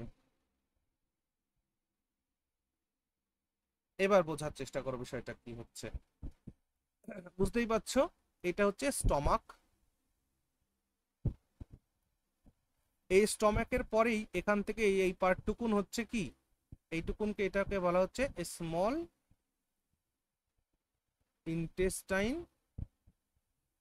আর এইটাকে বলা হয় লার্জ ইন্টেস্টাইন। বুঝতে পারছো? আর এদের একটা পার্টকে আমরা বলি অ্যাপেন্ডিক্স। ঠিক আছে? আচ্ছা, যাব অ্যাপেন্ডিক্সে যাব, অ্যাপেন্ডিক্স আমাদের প্রয়োজন পড়লে ওখানে আলোচনা করব। আচ্ছা, এবার শোনো, আমাদের খাবারের পরিপাক যা খুশি এই স্মল ইন্টেস্টাইনে হয়। এবার বুঝতে পারছো স্মল ইন্টেস্টাইনের এই পার্টটাকে শুধুমাত্র এখান থেকে এই পর্যন্ত আমরা এঁকেছি। এই পার্টটাকে বলে ডুডেনাম, এই পার্টটাকে বলে জুজেনাম, এই পার্টটাকে বলে ইলিয়াম। আর এই যে লাস্ট পার্ট এখান থেকে যে শুরু হচ্ছে, এই পার্টটাকে বলা হয় সিকাম, এই পার্টটাকে বলা হয় কোলন, আর এই পার্টটাকে বলা হয় রেকটাম। রেকটাম বোঝা গেল কি? তিনটে পার্ট। ওকে, চলো আশা করছি ছবিটা পরিষ্কার হয়েছে। তো এইবার এই জায়গাটাকে এখানে আমরা আসি। তাহলে আমরা পেলাম হচ্ছে, তাহলে ভিলাই কোথায় থাকে? ভিলাই থাকে হচ্ছে ইলিয়াম পার্টে। কি হয় বিষয় বৃত্তান্ত একটু পরে বলছি। এই যে অর্গানটা দেখতে পাচ্ছ, এটা হচ্ছে প্যানক্রিয়াস। প্যানক্রিয়াস মানে অগ্নাশয়, প্যানক্রিয়াস। এই যে অর্গানটা দেখতে পাচ্ছ, এটা হচ্ছে আমাদের ডিএম অফিস। এটা হচ্ছে আমাদের ডিএম অফিস মানে কি? লিভার। ওকে। আর এই যে জিনিসটা দেখতে পাচ্ছ, এটাকে বলা হচ্ছে গল ব্লাডার। হ্যাঁ, গল ব্লাডার। তোমরা সুন্দর করে লেখো, আমার জায়গা নেই তাই আমি এরকম লিখলাম। তাহলে আশা করছি ছবি ক্লিয়ার হয়েছে। এবার এক এক করে আলোচনা করব, আমি এক এক করে আলোচনা করব। সবার প্রথমে ভালো করে বুঝবে, দাঁড়াও কালি চেঞ্জ করে নিই। আচ্ছা, সবাই এইটুকুন এঁকে নিয়েছো কিনা একবার কনফার্ম করো তো, তারপর আমি আলোচনায় যাব। হ্যাঁ হ্যাঁ দাদা। স্যার। বেশ, ভেরি হ্যাঁ গুড, স্যার। Very good. আসছি স্যার। হ্যাঁ, যখন স্টমাক থেকে খাবার ডুডেনামে এসে পৌঁছায়, তখন এই ডুডেনাম পার্ট থেকে ইন্টেস্টাইনের ডুডেনাম পার্ট থেকে ইন্টেস্টাইন জুসের সিক্রেশন হয়। পরীক্ষায় প্রশ্ন জিজ্ঞেস করবে যে ইন্টেস্টাইনাল জুস কোত্থেকে সিক্রেট হয়, তখন অপশনে তোমরা দেখবে না যে স্মল ইন্টেস্টাইন লেখাই নেই, কারণ স্মল ইন্টেস্টাইনের তিনটি পার্ট, ডুডেনাম, জুজেনাম, ইলিয়াম। তো যখন স্টমাক থেকে খাবার ডুডেনাম পার্টে এসে পৌঁছায়, তখন এই ডুডেনাম পার্ট থেকে সিক্রেশন হয়। সিক্রেশন হয় কিসের? না ইন্টেস্টাইনাল জুসের সিক্রেশন হয়। ইন্টেস্টাইনাল জুস, ইন্টেস্টাইনাল জুসের সিক্রেশন হয়। এই ইন্টেস্টাইনাল জুস কোথা থেকে সিক্রেট হয়? স্মল ইন্টেস্টাইন থেকে। স্মল ইন্টেস্টাইনের কোথা থেকে? ডুডেনাম পার্ট থেকে। এবার এখান থেকে পরীক্ষা এটাও জিজ্ঞেস করে যে ইন্টেস্টাইনাল জুস দিয়ে আমরা কিসের কিসের পাচন করব? ইন্টেস্টাইনাল জুস দিয়ে কি সবকিছুর পাচন হবে? না না না না, ইন্টেস্টাইনাল জুস থেকে দুই ধরনের নিউট্রিয়েন্টস এর পাচন হয়, তারা কারা? এক হচ্ছে কার্বোহাইড্রেট, কার্বোহাইড্রেট, আর হচ্ছে প্রোটিন, কার্বোহাইড্রেট আর প্রোটিন। তাহলে বলো এর পাচন হয়, এর পাচন হয়। তাহলে ডুডেনাম পার্ট থেকে কিসের সিক্রেশন হয়? ইন্টেস্টাইনাল জুসের সিক্রেশন হয়। আর এই ইন্টেস্টাইনাল জুসের মাধ্যমে কাদের কাদের সিক্রেশন, কাদের কাদের পাচন হয়? কার্বোহাইড্রেটের আর প্রোটিনের। ক্লিয়ার হলো এই পর্যন্ত? ক্লিয়ার? চলো এবার নেক্সট পার্টে যাব। নেক্সট পার্ট হচ্ছে লিভার। লিভার থেকে সিক্রেট হয় হচ্ছে, লিভার থেকে সিক্রেটস হয় হচ্ছে বাইল জুস। কি বলে এটাকে? বাইল জুস বলে এটাকে, বাইল জুস। এই বাইল জুসের মধ্যে, আচ্ছা জুস বানানে আমি জে ও লিখছি নাকি? জুস বানানো কিন্তু JUICE, হ্যাঁ, ও যদি লিখে থাকি তো ঠিক করে নিও, JUICE জুস বানান। তো লিভার থেকে সিক্রেট হয় বাইল জুস। আর এই বাইল জুস কিসের পাচনে সাহায্য করে? একমাত্র ফ্যাটের, মাথায় রাখবা, অনলি ফ্যাট, অনলি ফ্যাট এর পাচন করে। বুঝতে পারলে? তাহলে ইন্টেস্টাইনাল জুস থেকে কি ফ্যাটের পাচন হবে? না, ইন্টেস্টাইনাল জুস থেকে দুটো জিনিসের পাচন হবে, মানে ডাইজেশন হবে। কার কার? কার্বোহাইড্রেট আর প্রোটিনের। তাহলে ফ্যাট যা আমরা খাই, ফ্যাটের পাচন কোত্থেকে হবে? ফ্যাটের পাচন হবে হচ্ছে লিভার থেকে নির্গত হবে বাইল জুস, আর সেই বাইল জুস ফ্যাটের পাচন করবে। আর মনে রাখবে বাইল জুস শুধুমাত্র ফ্যাটেরই পাচন করে, অন্য কিছুর নয়। ওকে, আচ্ছা, এখান থেকে একটা পরীক্ষায় প্রশ্ন জিজ্ঞেস করে যে বাইল জুসের পিএইচ ভ্যালু কত। সো বাইল জুসের পিএইচ ভ্যালু হচ্ছে 7.7, নোট করবে ঠিকঠাক করে। বাইল জুসের কি বাইল জুসের পিএইচ ভ্যালু কত? তো বাইল জুসের পিএইচ ভ্যালু 7.7। আচ্ছা 7.7 হলে এটা অ্যাসিডিক হবে না বেসিক হবে? Basic. Basic, it is basic. Okay, এবং মনে রাখবা এখান থেকে আরেকটা প্রশ্ন জিজ্ঞেস করে যে দাদা এই যে ইন্টেস্টাইনাল জুসের মধ্যেও কিছু এনজাইমস থাকে, কি কি এনজাইমস থাকে সেটা আমি কিন্তু ওই নিউট্রিয়েন্টস পড়াতে গিয়ে পড়িয়েছি, এখানে আর লিখছি না, জায়গা কম বলে। প্যানক্রিয়াটিক জুসের মধ্যেও কিছু এনজাইমস থাকে, বাট এই বাইল জুসের মধ্যে কোনো প্রকার এনজাইম থাকে না। মনে থাকবে? তাহলে এটা একটা নোট লিখে রাখো যে বাইল জুস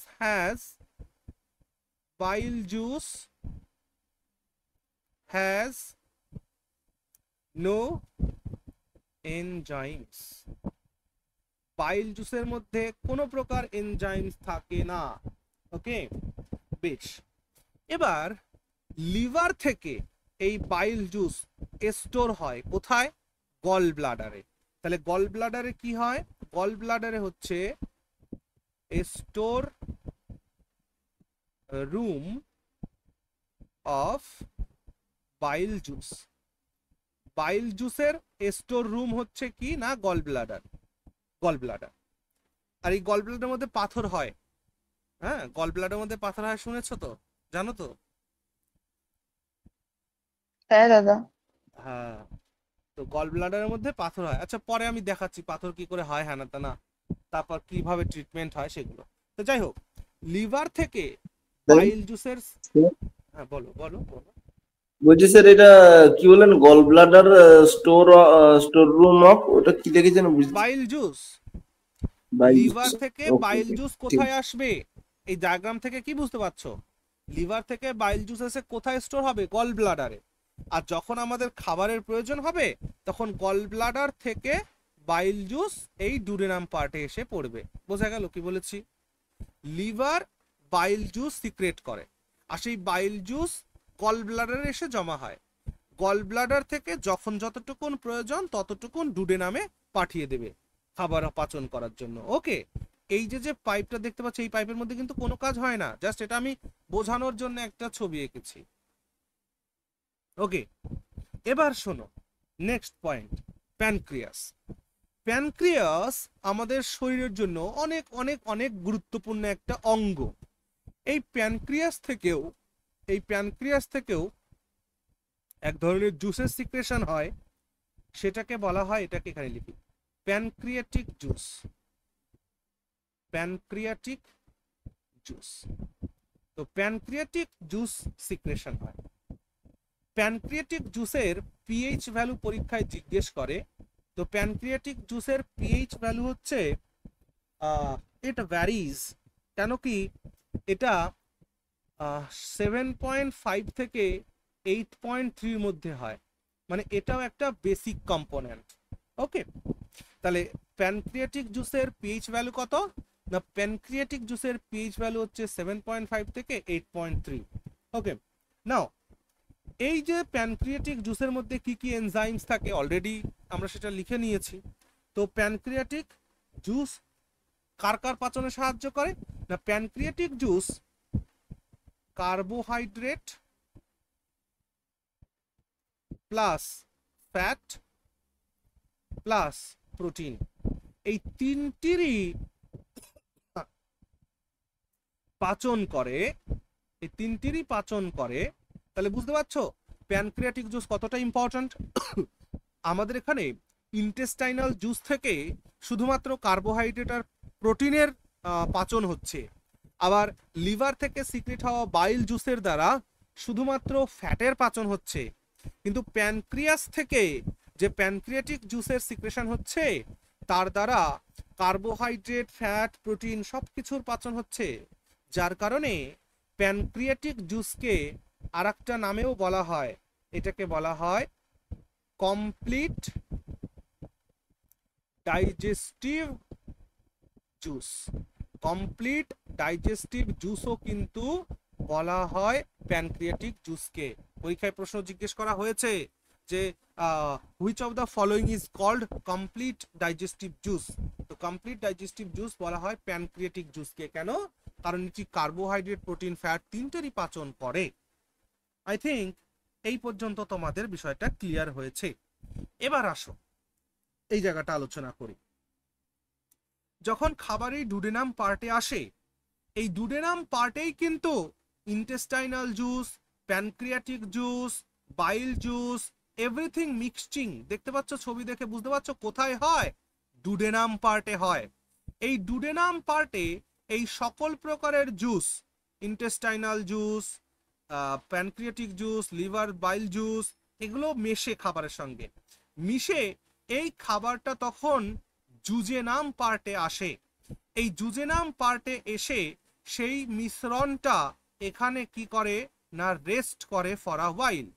তাহলে এখান থেকে সমস্ত এনজাইমগুলো মিশলো খাদ্যবস্তুর সঙ্গে, সমস্ত এনজাইম মিশে সেটা জুজেনাম পার্টে আসবে। আর এই জুজেনাম পার্টে এসে কি করবে না রেস্ট করবে for a while, রেস্টস for a while, কিছু মুহূর্তের জন্য, কিছু সময়ের জন্য। অ্যান্ড দেন এবার এখানে কিছুটা রেস্ট করে, কেন রেস্ট করে জানো তো, পাতনের কাজটা হয়, সাবলিমেশনের কাজটা এখানে হয়। তো এই পাতনের পর জুজেনাম পার্ট থেকে খাবার মুভ করবে কোথায়, ইলিয়াম পার্টে।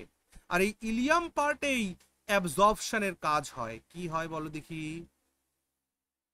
অ্যাবজর্পশন পড়েছি না আমরা। অ্যাবজর্পশন মানে শোষণ, বাংলায় বললে বলবো শোষণ, অর্থাৎ এখানেই সমস্ত খাদ্যগুণগুলো শোষণ হবে কার দ্বারা, এই ভিলাইয়ের দ্বারা। তাহলে এইখানে সমস্ত এনজাইমের সাথে মিশে গেল, জুজেনামে এসে কিছুক্ষণের জন্য রেস্ট, তারপর যখন ইলিয়াম পার্টে দিয়ে যখন এটা এক্সিট করবে তখন এই ভিলাই ওই খাদ্যবস্তু থেকে যার প্রোটিন দরকার প্রোটিন নিয়ে নেবে, যার কার্বোহাইড্রেট দরকার কার্বোহাইড্রেট নিয়ে নেবে, যার ফ্যাট দরকার ফ্যাট নিয়ে নেবে। বুঝতে পারছো? নিয়ে এই পার্ট থেকে এইখান থেকে ব্লাডের সাথে মিশিয়ে অ্যাসিমিলেশন প্রসেসটা হবে। তাহলে এই পুরো কাহিনী কি তোমরা বুঝতে পেরেছো? একবার বলো দেখি। হ্যাঁ দাদা। Very good. তাহলে আমাদের খাবারের ডাইজেশনের কাজ কোথায় হবে? স্মল ইন্টেস্টাইনে হবে। এবার স্মল ইন্টেস্টাইনের পরে লার্জ ইন্টেস্টাইনে পৌঁছাবে খাবার জিনিসগুলো, মানে খাবার জিনিস বলতে সেগুলোকে বজ্র পদার্থ বলাই ভালো। কেন বজ্র পদার্থ বলবো? কারণ ভিলাই এই খাবারের মধ্যে যা খাদ্যগুণ ছিল, যা নিউট্রিয়েন্টস ছিল, তার মানে এখানে যে কাজটা হচ্ছে, সেটা হচ্ছে নিউট্রিয়েন্টস কালেকশনের কাজটা হচ্ছে। তাহলে এখানে একটু লিখে রাখো নিউট্রিয়েন্টস কালেকশন। তাহলে নিউট্রিয়েন্টস কালেকশনের কাজটা যখন এখানে হয়ে গেল, যেটা পড়ে থাকলো সেটা তো পাল্প ছাড়া আর কিছুই নয়, ছিবড়া বা বজ্র পদার্থ ছাড়া কিছুই নয়। সেটা কোথায় গিয়ে পৌঁছাবে? সেটা লার্জ ইন্টেস্টাইনে গিয়ে পৌঁছাবে। আচ্ছা একটা কথা বলি, লার্জ ইন্টেস্টাইনে যে বললাম কিছুই হয় না তা কিন্তু ভুল। লার্জ ইন্টেস্টাইনেও কতগুলো কাজ আছে। কি কাজ আছে? লার্জ ইন্টেস্টাইনের কোলন পার্টে এক ধরনের ব্যাকটেরিয়া থাকে, যে ব্যাকটেরিয়া আমাদের শরীরের জন্য ভালো, তাদের বলা হয় ই কোলাই ব্যাকটেরিয়া। তাদের কি বলে, আচ্ছা পরে তো আমরা যখন লার্জ ইন্টেস্টাইন পড়বো তখন তো আমরা পড়বো, তবুও একটু গল্পটা শুনে রাখি। ই কোলাই ব্যাকটেরিয়া থাকে। সেই ই কোলাই ব্যাকটেরিয়ার কাজটা কি? তোমরা একবার খেয়াল করো যে এই স্টমাকের মধ্যে খাবার যখন ছিল তখন সে জলীয় অবস্থায় ছিল, বলো তাই না? বলো, লিকুইড অবস্থায় ছিল কিনা খাবারগুলো, নাকি হার্ড অবস্থায় ছিল? লিকুইড অবস্থায় ছিল। তো লার্জ ইন্টেস্টাইনের কাজ হলো, আর আমাদের যে মল, আমরা যে মলটা আমরা মল ত্যাগ করি, সেই মলটা কি পাতলা হয় নাকি একটু শক্ত হয়? সেই শক্ত হওয়ার কারণ কি? এই কোলনের মধ্যে ওই ঘটনাটা ঘটে। কি ঘটে? ওই কোলনের মধ্যে থাকা ইকোলাই ব্যাকটেরিয়া ওই খাবারের জল, মানে ওই যে বজ্র পদার্থের যে জলগুলো থাকে, সেই জলগুলোকে শুষে নেয়, নিয়ে তার পরিবর্তে এক ধরনের প্রোটিন সে আমাদের শরীরকে দেয়। এইটুকুন মাত্র কাজ কিন্তু হয় হচ্ছে লার্জ ইন্টেস্টাইনে। তাছাড়া নামেই ও লার্জ, বাট কামে কোনো লার্জ নেই। বুঝেছো? অর্থাৎ বলতে পারো তোমরা লার্জ ইন্টেস্টাইনের কাজ হচ্ছে মলের ফরমেশন করা, হ্যাঁ, স্টুল ফরমেশন করাটাই হচ্ছে লার্জ ইন্টেস্টাইনের কাজ আলটিমেটলি। তাই যদি আমরা কেউ বাজে খাবার খাই, বাসি পচা খাবার খাই, দূষিত খাবার খাই, তাহলে ওই যে ইকোলাই ব্যাকটেরিয়াগুলো হচ্ছে ওগুলো মরে যায়। ওগুলো যখন মরে যায় তখন কি হয়? খাবারের জলটা শোষণ করতে পারে না, তার জন্য আমাদের কি হয়? পাতলা পায়খানা হয় বা লুজ মোশন হয়। বুঝতে পারছো তো? তাহলে লুজ মোশন হলে ডাক্তারবাবুরা দেখবা এক ধরনের ড্রিঙ্ক পান করতে দেয়, এক ধরনের ওষুধ পান করতে দেয়। ওইগুলোকে কি বলে বলো তো? প্রোব্যাকটেরিয়া। কি বলে? প্রোব্যাকটেরিয়া বলে। যেমন আমরা জ্বর হলে অ্যান্টিবায়োটিক খাই, সো প্রোবায়োটিক খেতে দেয়। প্রোবায়োটিক মানে ইকোলাই ব্যাকটেরিয়া যাতে জীবিত থাকতে পারে, সংখ্যা বৃদ্ধি করতে পারে, তার জন্য প্রোবায়োটিক দেওয়া হয়। কখন? যখন কোনো পেশেন্টের ডায়রিয়া বা কলেরা হয়। ওকে, গেল। তাহলে আশা করছি স্মল ইন্টেস্টাইনের এই সমগ্র আলোচনা তোমাদের ভাল লেগেছে, ঠিক না? বুঝতে পেরেছি কোথায় কি হয় বিষয়টা। স্যার তাহলে তো এই সময় টক দই খেলেও হয়, প্রোবায়োটিক থাকে। হ্যাঁ অবশ্যই টক দই খেলেও হয়, তবে শুধুমাত্র দইয়ের মধ্যে যে টক দই থাকে তাও তো নয়। যখন আমাদের কলেরা বা ডায়রিয়া হলো তখন আমাদের খাবার হজম করতে কষ্ট হবে শরীরের। কেন? কারণ তখন শরীরের সমস্ত কনসেন্ট্রেশন থাকবে হচ্ছে ওই রোগটার উপর। দেখবা এই জন্য যে কোনো রোগ হলেই আমাদেরকে সফট খাবার খেতে বলা হয়, তাই না? সহজপাচ্য খাবার খেতে বলা হয়, সাদামাটা খাবার খেতে বলা হয়। কেন? কারণ যখনই আমরা গুরুপাক খাবার, যেটাকে আমরা আমিষ খাবার বলি, সেগুলো যদি অসুখ অবস্থায় খাই, তাহলে সেগুলো হজম করতে করতে আমাদের শরীর আরো দুর্বল হয়ে পড়বে। ওকে, চলো এবার আমি তোমাদেরকে একটা বিষয় নিয়ে আলোচনা করতে চাই, সেটা হচ্ছে বাইল জুস। বাইল জুস একটু আলোচনার প্রয়োজন আছে, কারণ বাইল জুসের গুরুত্বপূর্ণ বিষয়গুলো আমরা একটু জানলে আমাদের সুবিধা হবে ফর কনসেপচুয়াল কোয়েশ্চেন্স। কিছু কনসেপচুয়াল কোয়েশ্চেন্স জিজ্ঞেস করা হয়, সেগুলো আমরা আনসার করতে পারবো। চলো তাহলে এই পর্যন্ত বিষয়কে আমি ডিলিট করে দিব। হ্যাঁ দাদা। ওকে, if anyone want to take a screenshot of it, they can take.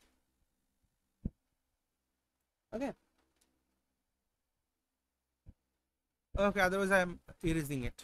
Okay, চলো খাতায় হেডিং লাগাও তো একটু, বাইল জুস। বাইল জুস,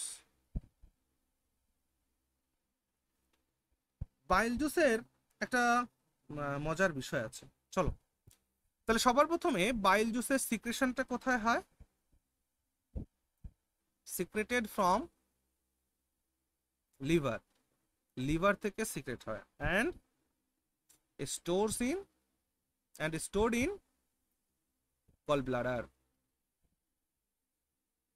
গল ব্লাডার, গল ব্লাডারে স্টোর হয়। ওকে, তারপরে প্রশ্ন জিজ্ঞেস করা হয় বাইল জুসের পিএইচ ভ্যালু কত? তো বাইল জুসের পিএইচ ভ্যালু হচ্ছে 7.7, so it is basic compound. তারপর বলা হয় যে বাইল জুসের কালার কেমন। বাইল জুসের কালারের কথা যদি বলি, বাইল জুসের কালার হচ্ছে greenish yellow, greenish yellow, sticky, sticky fluid. Okay, তাহলে বাইল জুসটা কেমন? বাইল জুসটা হচ্ছে গ্রিনিশ, একটু সবুজ, একটু হলুদ, একটু স্টিকি। স্টিকি মানে কি? চিপচিপা, স্টিকি, আঠার মতো, ফ্লুইড, তরল। তোমরা কেউ বাইল পিগমেন্ট সম্পর্কে শুনেছ? Have you heard of bile pigment? মানে বাংলায় বলে পিত্তবর্ণক। আচ্ছা চলো আমি বলি, অসুবিধা নেই। এই যে বাইল জুসের কথা আমরা বলছি, বাইল জুস কিন্তু একটা জুস, এটা একটা তরল, লিকুইড, ফ্লুইড। কিন্তু এই বাইল জুসের মধ্যে না 3 প্রকারের জিনিস থাকে। বলো আমার সঙ্গে সঙ্গে কয় প্রকার জিনিস থাকে? মনে মনে বলো। 3 প্রকার। বাইল জুসের মধ্যে 3 প্রকার জিনিস থাকে। এই যে বাইল জুসের যে কালার, সেটা হচ্ছে গ্রিনিশ ইয়েলো স্টিকি ফ্লুইড। এই যে বাইল জুসের গ্রিন কালার হওয়ার কারণ কি? গ্রিন কালারটা আসে হচ্ছে বিলিভার্ডিন থেকে, বিলিভার্ডিন থেকে, বিলিভার্ডিন, বিলিভার্ডিন থেকে। ইয়েলো কালারটা আসে কিসের থেকে? না বিলিরুবিন থেকে, বিলিরুবিন, দাদা স্পেলিং গুলো একটু মুখে বলো না। বিন, BILI BERDIN, বিলিভার্ডিন।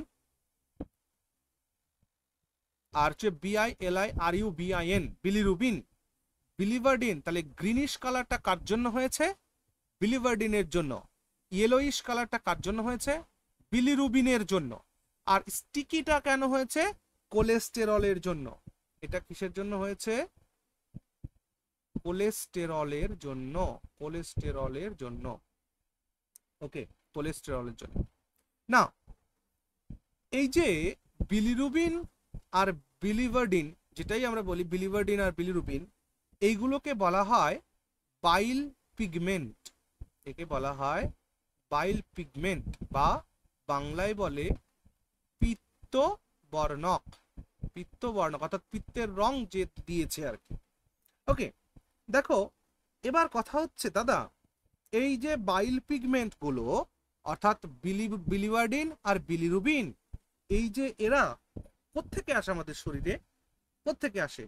মনে রেখো, এই বাইল পিগমেন্ট, বাইল পিগমেন্ট, বাইল পিগমেন্ট অর্থাৎ এই বিলিভার্ডিন আর বিলিরুবিন, এটা তৈরি হয় কি করে? It is created, is formed, এমন লিখি, is formed from the remains of RBC's death। আমায় একটুখানি তোমরা ভেবে বলো তো, আরবিসির মধ্যে কি কি থাকে? আমরা আগের দিন পড়েছি এটা। হিমোগ্লোবিন আর অক্সিজেন। হ্যাঁ, আরবিসির মধ্যে থাকে হেমোগ্লোবিন। হেমোগ্লোবিনের মধ্যে কি থাকে? হেমো আর গ্লোবিন। হেমোর কালার কেমন? হ্যাঁ, গ্লোবিন মানে গ্লোবিউলিন নামক protein, red. Very good. Red. তাহলে আরবিসির রং কেমন? রেড। আরবিসির ডেথ কোথায় হয়? স্প্লিনে হয়।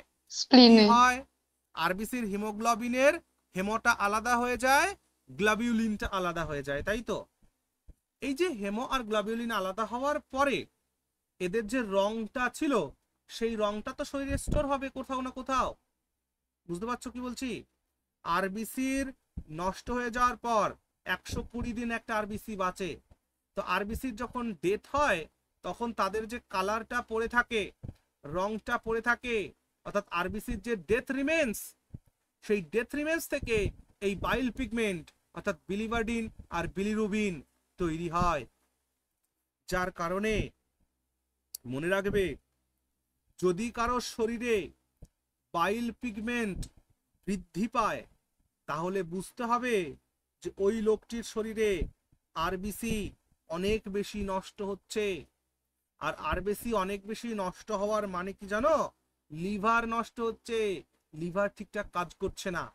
আর যখন কোনো মানুষের লিভার ঠিকঠাক কাজ না করে, আরবিসির ডেথ যদি ইনক্রিজ হতে থাকে, তখন সেই মানুষের শরীরে বাইল পিগমেন্ট ইনক্রিজ হয়। বাইল পিগমেন্টের রং গ্রিনিশ অ্যান্ড ইয়েলো, যার কারণে মানুষের গায়ের রং হলুদ হয়ে যায়, সবুজাভ হয়ে যায়। তখন সেই রোগটাকে বলা হয় জন্ডিস। ওকে? আর এই জন্ডিস রোগের টাইমলি ট্রিটমেন্ট না করলে আমাদের লিভার এক ধরনের ভাইরাস দ্বারা অ্যাফেক্টেড হয়। সেই ভাইরাসটাকে বলা হয় হ্যাপাটাইটিস।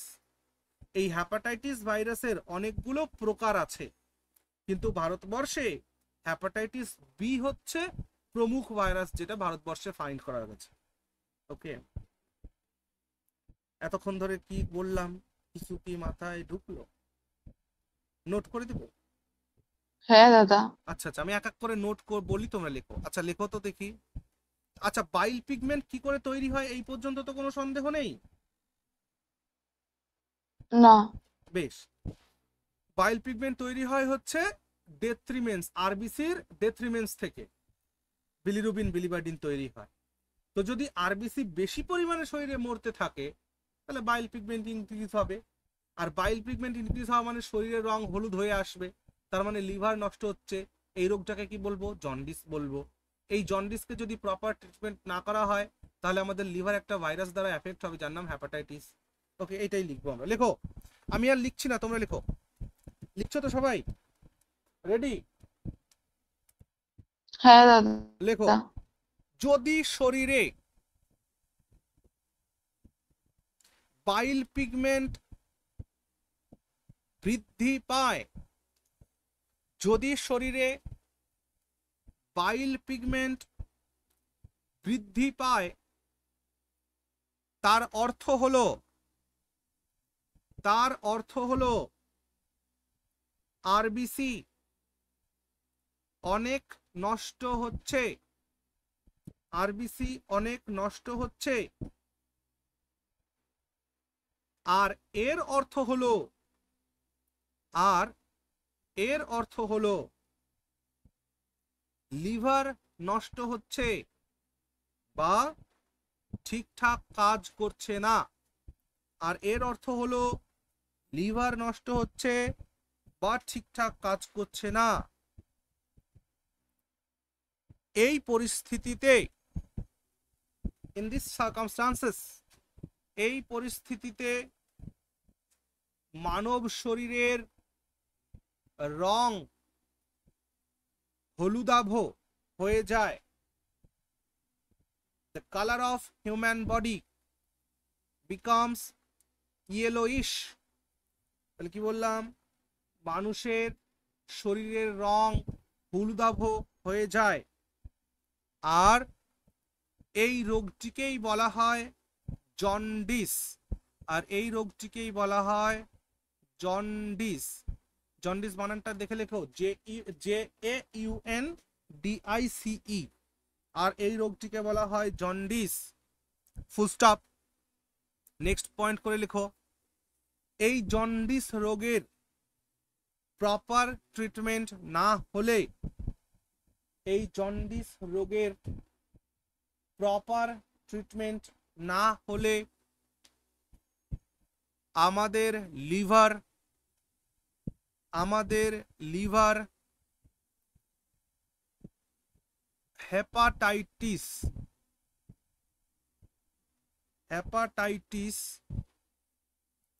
ভাইরাস দ্বারা সংক্রামিত হয়।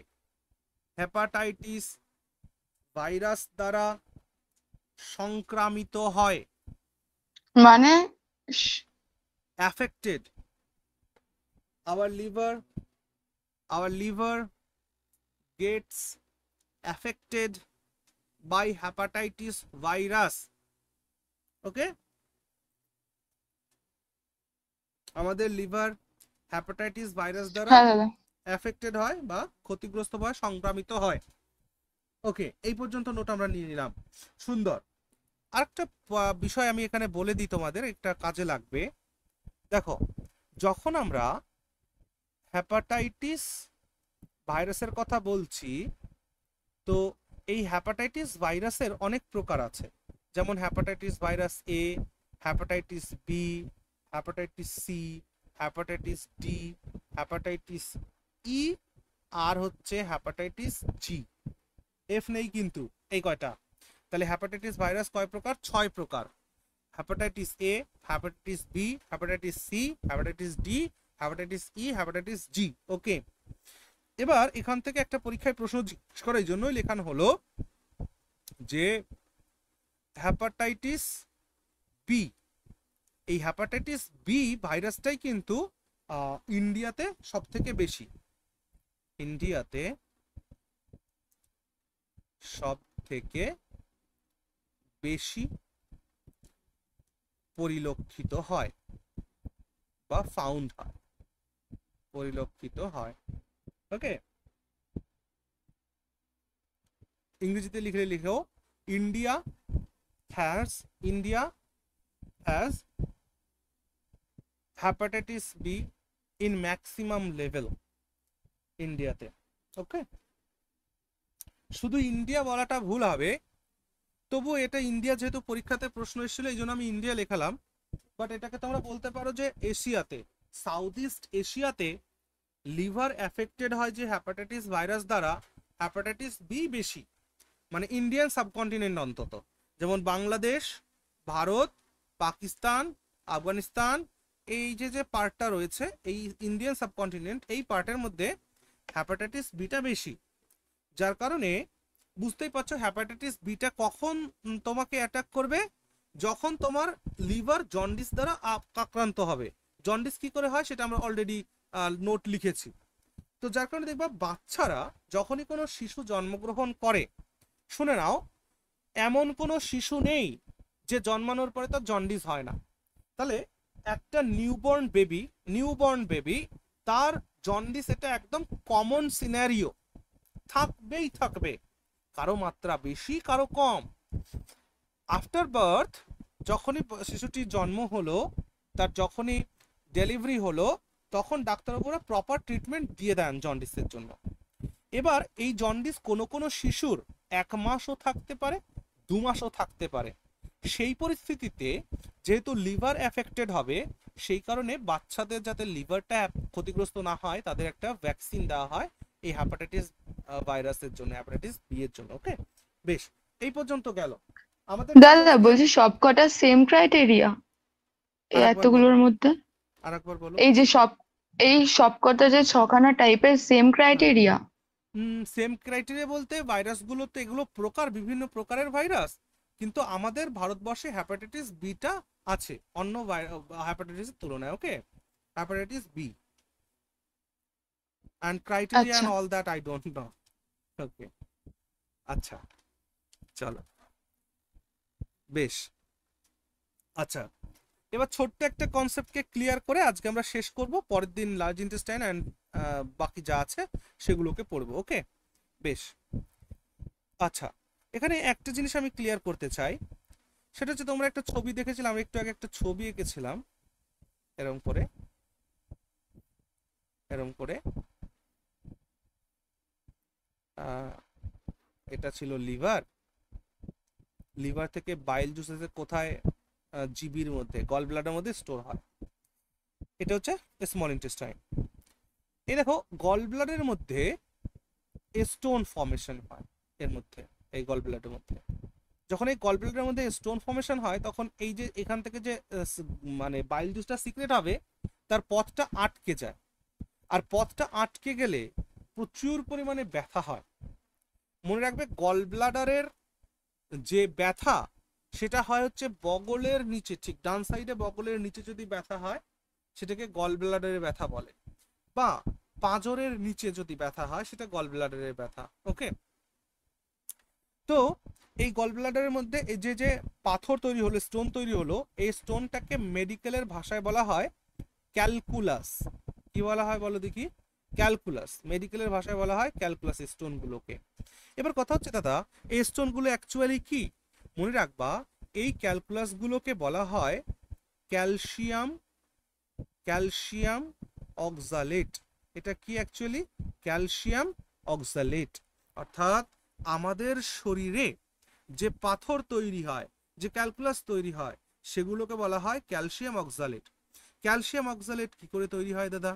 দেখো, আমরা যে খাবারগুলো খাই সেই খাবারের মধ্যে আমরা এক ধরনের উপাদান গ্রহণ করি যাকে বলা হয় অক্সালিক অ্যাসিড।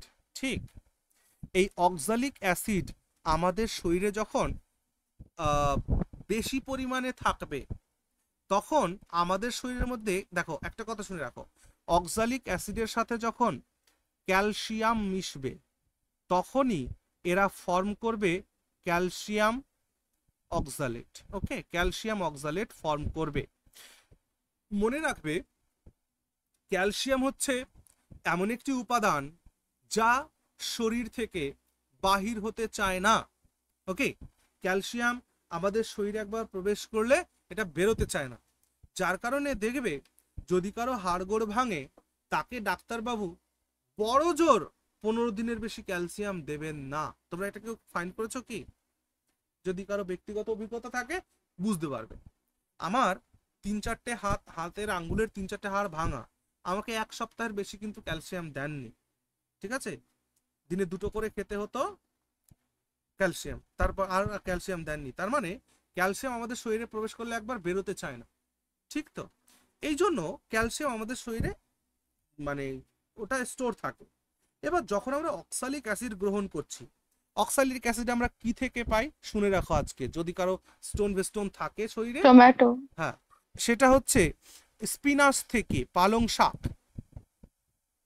স্পিনাচ, তারপর টমেটো, তারপর তোমার ব্রিঞ্জল মানে বেগুন, তারপর তোমার লেডি ফিঙ্গার মানে ভেন্ডি বলি আমরা, তোমরা কি বলো? ভেন্ডি তো বলে।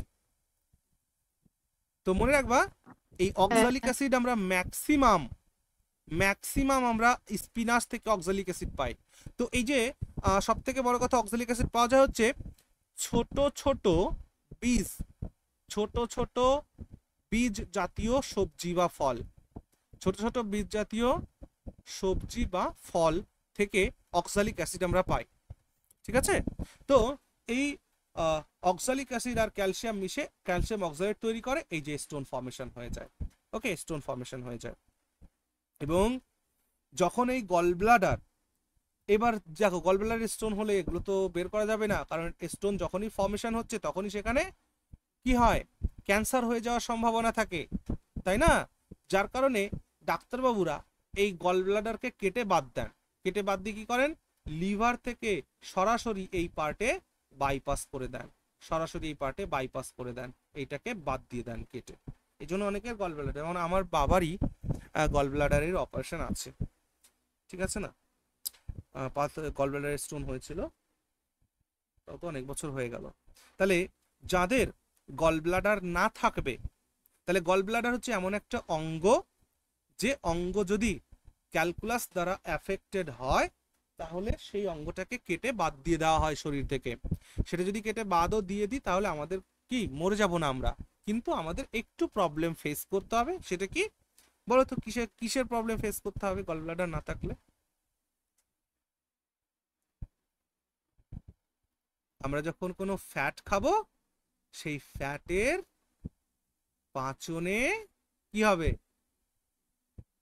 অসুবিধা হবে। বুঝতে পারছো?